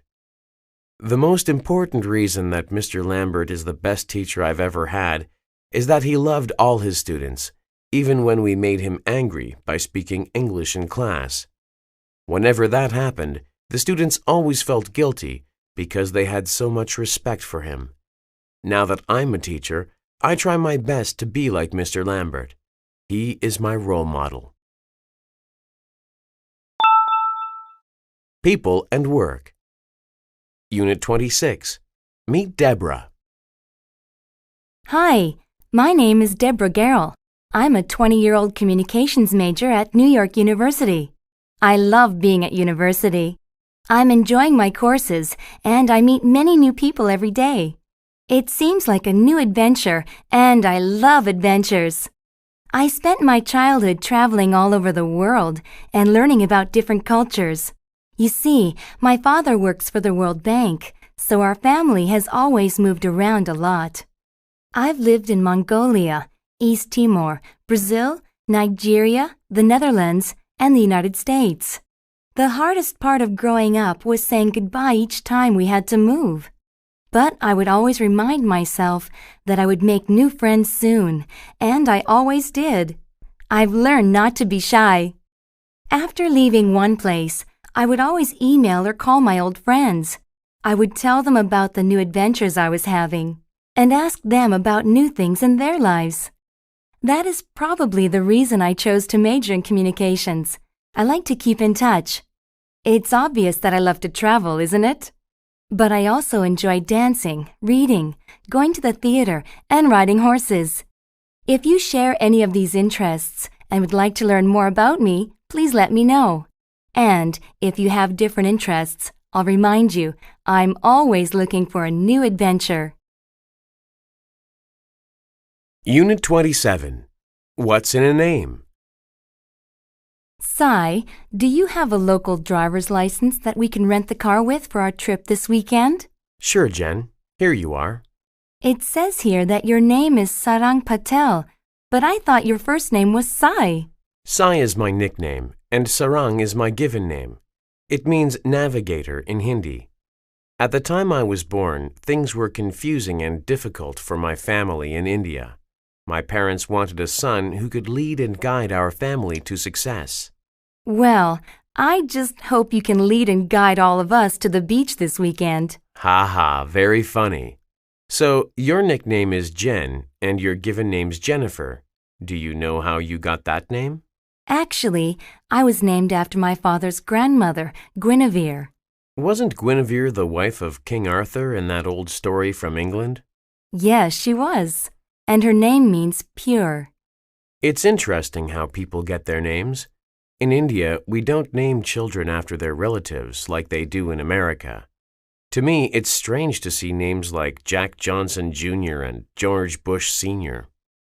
Usually, it's a way to show respect for a person, but some people make it ridiculous. You've heard about George Foreman, the famous boxer, haven't you? No. Well, he had 5 boys, and he named each one of them George, after himself. It must be confusing when the phone rings at his house. Unit 28. The right career. People need to consider important factors when choosing a career. In my opinion, the most important factor is to choose a job that goes well with your personality. Are you an outgoing person who loves meeting new people and talking to them? Perhaps you should become a tour guide or a teacher. Are you shy? Maybe you should be an accountant or a scientist. Remember, you will do your job almost every day. If you have to change your personality when you work, you probably won't be very happy. And neither will the people you work with. Nobody wants an unfriendly tour guide or an impatient teacher. Are you a moody person? In most jobs, you will be expected to control your emotions. That's hard to do if your mood changes often. In that case, you might want to work alone. Perhaps you could be a writer or an artist. There are other factors to consider, such as salary and status. However, what good is a large salary or high status if you don't like your job? You should consider your personality, find out what you are very good at doing, and then find the right career to go with all this. Too many people choose a career because it pays well.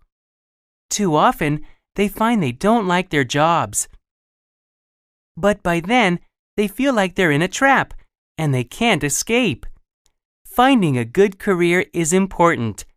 Think about it and choose carefully. Unit 29. Body language. Did you know that words are not the only thing we use to communicate? Most of our messages are sent through body language. Only about 10% of communication is done through the actual words of a conversation. Isn't that strange? If we understand body language well, we can learn a lot more about what other people really think.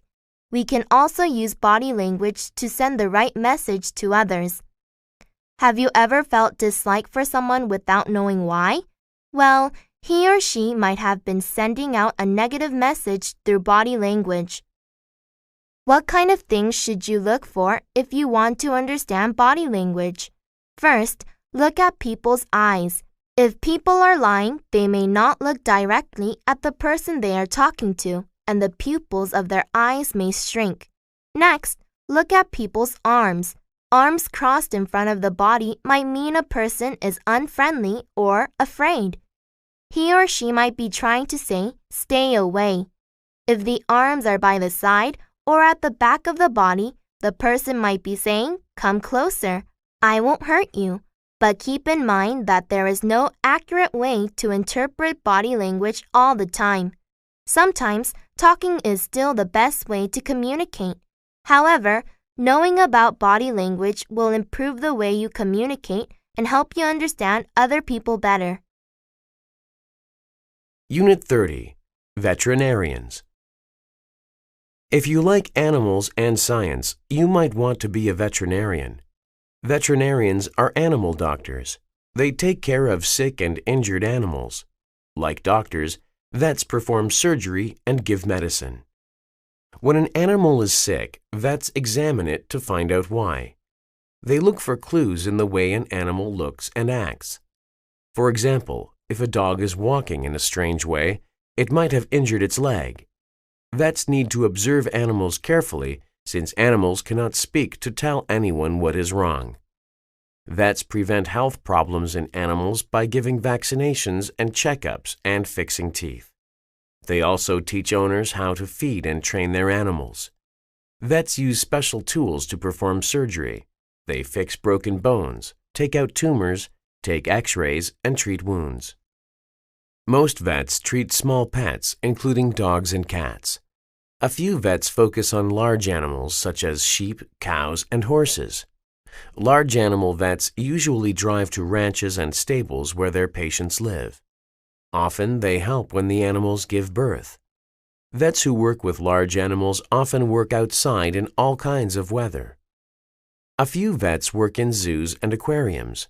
They care for zebras, sharks, and other wild creatures. Because animals can get sick at any time, vets often work long hours. Many vets like their work because they can be with animals every day, even though sick animals can sometimes bite or kick their vets. Sports and Health. Unit 31. I feel awful. Mom, I feel awful. I think I'd better stay home from school today. I'm sorry you're not feeling well. What's the problem?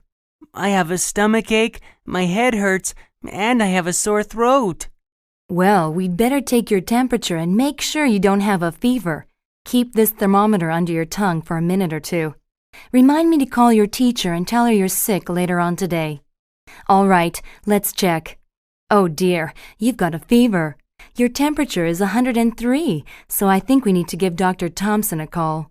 I don't understand how my head can be so hot when my body feels so cold. That's called the chills, and they often come along with fever. You've certainly got a fever. But what about my stomachache and my sore throat?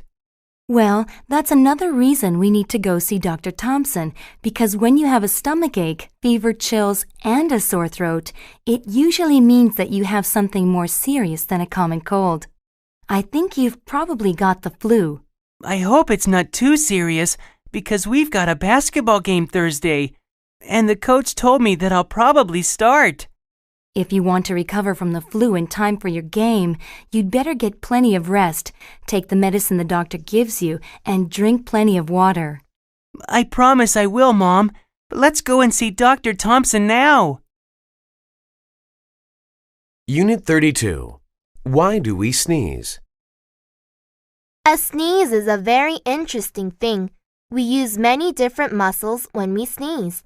These include stomach muscles, throat muscles, and eye muscles. Remember, Our eyes always close during a sneeze. A sneeze begins when something gets inside your nose, like a tiny particle of dust. Your nose sends a message to your brain. Your brain sends messages to the muscles, getting them to work together in the correct order. When you sneeze, the dust that was in your nose flies out as fast as 100 miles an hour. Usually, something like dust or cold air makes us sneeze, but some people sneeze whenever they look at the sun. Some people think that your heart stops when you sneeze. Actually, it really doesn't, but sometimes it might feel like it does. After someone sneezes, people often say, "Bless you," or "God bless you." To bless someone means to wish them good and special things. Why do people say this? Long ago, people believed that this saying kept bad things from flying down your throat. Another story is that people thought this saying would help keep the person who sneezed from getting a very serious disease called the plague. At that time, the plague was killing thousands of people. It was thought that saying "God bless you" would protect people from getting this awful disease. Today, the saying is simply a nice way to wish someone well. Unit 33, Skiing and Snowboarding. My name is Michael Bryce, and I love to ski and snowboard. I am 16 years old, and I have been skiing since I was 5 and snowboarding since I was 8. Both my parents like skiing, and my older brother likes snowboarding. In my opinion, snowboarding is more fun and exciting than skiing. When I ski, it feels really easy to control where I go and how I move. The ski poles make it very simple to change my direction. There are no poles in snowboarding, however, so when you snowboard, you have to understand the snow very well to make sure you don't fall. The feeling I get while I'm snowboarding is more exciting than when I'm skiing because I like having less control. I enjoy the challenge. I never know what's going to happen. This makes it more exciting. Some people think that the reduced amount of control in snowboarding makes the sport more dangerous. But in my opinion, snowboarding is actually safer than skiing because when you ski, you are standing on 2 skis. If you fall while on skis, it is very easy to break your bones by getting your skis stuck in the snow. On a snowboard, your legs stay together even when you fall. While I still love to ski, I like snowboarding much better. It is more fun and exciting, and maybe even safer than skiing. Unit 34, A Nice Cup of Tea. Could I offer you a cup of tea? Yes, thank you very much. What kind do you have? I have Earl Grey, English breakfast, Irish breakfast, and Darjeeling. Those are all black teas. Do you have any green tea? I'm sorry, I don't really like green tea. How could you not like green tea? It's so much easier to drink than black tea. I just don't think green tea tastes as good as black tea. Green tea has a simple flavor, but black tea has many kinds of flavors. Well, I don't taste many flavors when I drink black tea. It just tastes bitter to me. Then you should drink more black tea, because after drinking it for a while, you begin to appreciate its flavor. Whatever its flavor, black tea can't be nearly as healthy as green tea. I read about a study last week that showed people who drink green tea are less likely to get serious diseases like cancer or heart disease. Well, history tells us that in the past, good black tea has been considered more valuable than gold. Wars have been started over it. Really? Which wars? The American Revolution. The American Revolution had nothing to do with tea. One of the things that started the Revolutionary War was an incident where a group of Americans dumped a British shipment of tea into the ocean in Boston. This was called the Boston Tea Party, and it had nothing to do with green tea. Unit 35, The Injury. I've just returned from the doctor's office, and he told me that because of my injury, I will have to miss the next 2 weeks of basketball. I'm really disappointed. Last night, I hurt my ankle during a very exciting game against West High School. It was 5 minutes before the end of the game. The score was 60-60. I had the ball, and I heard my coach shouting at me to shoot. So I started to jump, but suddenly I found myself lying flat on my back on the court. A West High player had accidentally knocked me down. I tried to stand up, but my ankle hurt so much that I was unable to walk. 2 of my teammates had to help me leave the court. My ankle started to swell up, so the team doctor brought me a bag of ice to put on it. The ice was cold, but it felt good on my ankle. When the swelling on my ankle reduced a little, my coach asked the doctor if he thought I would be able to play anymore. But the doctor replied that I would have to sit out the rest of the game and come to see him the next day. Not only did I receive an injury, but we also lost the game by a score of 68-66. What a disappointing night. Travel and transport. Unit 36. Moving. Hey, Sheena. I haven't seen you for ages. What's new? Where are you going with all those suitcases? Hi, Mark. It's been a while since the last time we ran into each other. I'm bringing these suitcases home to pack because my family is preparing to move across the bay to Port Anderson. Really? How are you going to transport all your furniture? I'm not sure. I considered hiring a moving van, but someone told me it might be more convenient to rent a huge container and ship everything across. The details are a bit complicated because we've got so many boxes. Well, when my sister and brother-in-law moved to Dallas last year, they sent all their furniture and heavy items by cargo flight. They hauled it there on a massive cargo plane, then rented a truck and picked it up at the airport after they arrived. That's interesting, but the problem is that we have so much junk, we might need 2 cargo planes. Well, however you get it there, it sounds like you'll need help once you get it to the other side. I've got a friend there who owns a self-serve truck company. He can rent you a truck at a discount rate. Which day are you moving? Next Saturday. I'm free that day, so I'll help you out. I've still got my small truck, so I can haul some stuff for you too. Thanks, Mark. That would be great. Unit 37. Wear your seatbelt. Some people think that the government should require passengers by law to wear seatbelts in cars and taxis. They say that seatbelts save lives and money. Statistics show that 60% of people killed in car accidents were not wearing seatbelts. Statistics also show that most people who wear seatbelts survive. In the past 30 years, seatbelts have saved almost $600 billion in medical costs. The average car accident costs $820 for each person in the United States. Some states require people to wear seatbelts. In those states, about 80% of the passengers follow the law. However, other people think it's wrong to require seatbelt use by law. They say that passengers should decide for themselves. Many of these people agree that seatbelts save lives, but they don't think the government has the right to force people to wear them. They point out that smoking cigarettes is also unhealthy, but the government lets adults smoke if they want to. Leaders cannot force people to do what's good, they argue. It's better to educate people so they will want to wear seatbelts. Those who want seatbelt laws say that the right to public safety is more important than the individual's right to free choice. But their opponents say people must be careful to protect their individual rights. They should decide how to live their lives, not the government. What is your opinion on this? Unit 38. Going on vacation. Hey, Carl. I'm surprised to see you here. Jeremy told me that you were on vacation. Hi, Shelley. We were visiting some relatives in Sydney, but we returned last night. Oh, I've wanted to go to Australia ever since I was little.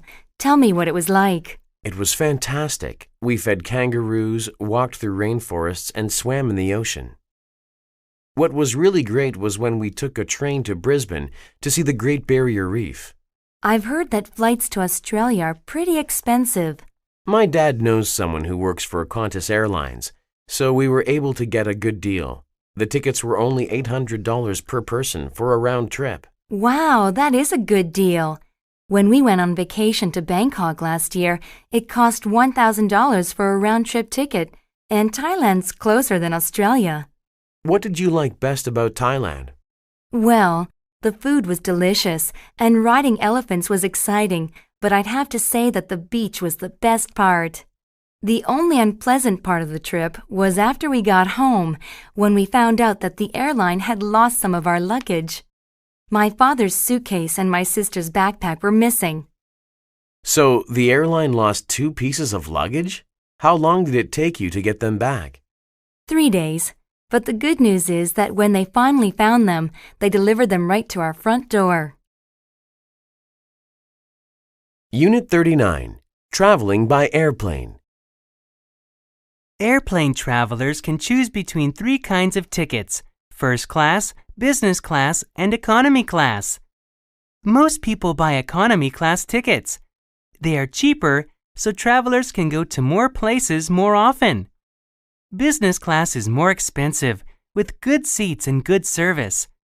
First class is very expensive, but offers very comfortable seats and excellent service. In economy class, the seats are small and close together. There is not much leg room. In first class, the seats are huge and wider apart. There is lots of room for passengers to stretch their legs. Economy class passengers usually must all watch the same movie. First class passengers have their own TVs, and each person can watch different movies. Economy class passengers eat cheaper food. First class passengers are served delicious fresh food. It is difficult to sleep in economy class because of the small seats and all the noise. In first class, the large seats can be pushed back to make a comfortable bed. There is a curtain between sections, so it is nice and quiet. Economy class is a good choice for short flights within the same country. Business class or first class is a good choice for business travelers taking an international flight across an ocean. These people often have to get off the plane and go right to work. For them, it is important to arrive fresh, rested, and ready for a full, exciting day. Unit 40. A family cruise. Family Cruise Line is offering a new, exciting cruise that the whole family can enjoy. We have a special deal for families all year round on our Family Caribbean Cruise. This special 1-week cruise leaves from Miami, Florida, and stops at 6 fantastic Caribbean islands. There is so much for the entire family to see and do. On board, we have a variety of great food for breakfast, lunch, and dinner. We also have lots of interesting and fun activities. There are music and dance shows every evening. We have a movie theater and a KTV bar. For kids, we have shows each day with their favorite TV friends like Mickey Mouse, Goofy, and Elmo. Playing with television characters isn't the only activity children will enjoy. They can play volleyball, swim in one of our 3 huge pools, or take dancing and art classes. There's so much variety, the kids can try a new activity each day. Mom and Dad can join them or rest in lounge chairs on our wide ship deck. On shore, you can shop, swim, and enjoy fresh food while you learn all about island life. With 4 to 7 hours on shore each day, you'll have plenty of time to explore each island. Does this sound exciting? It is! So, when it's time to plan your next vacation, remember Family Cruise Line. It will be a trip your family will never forget.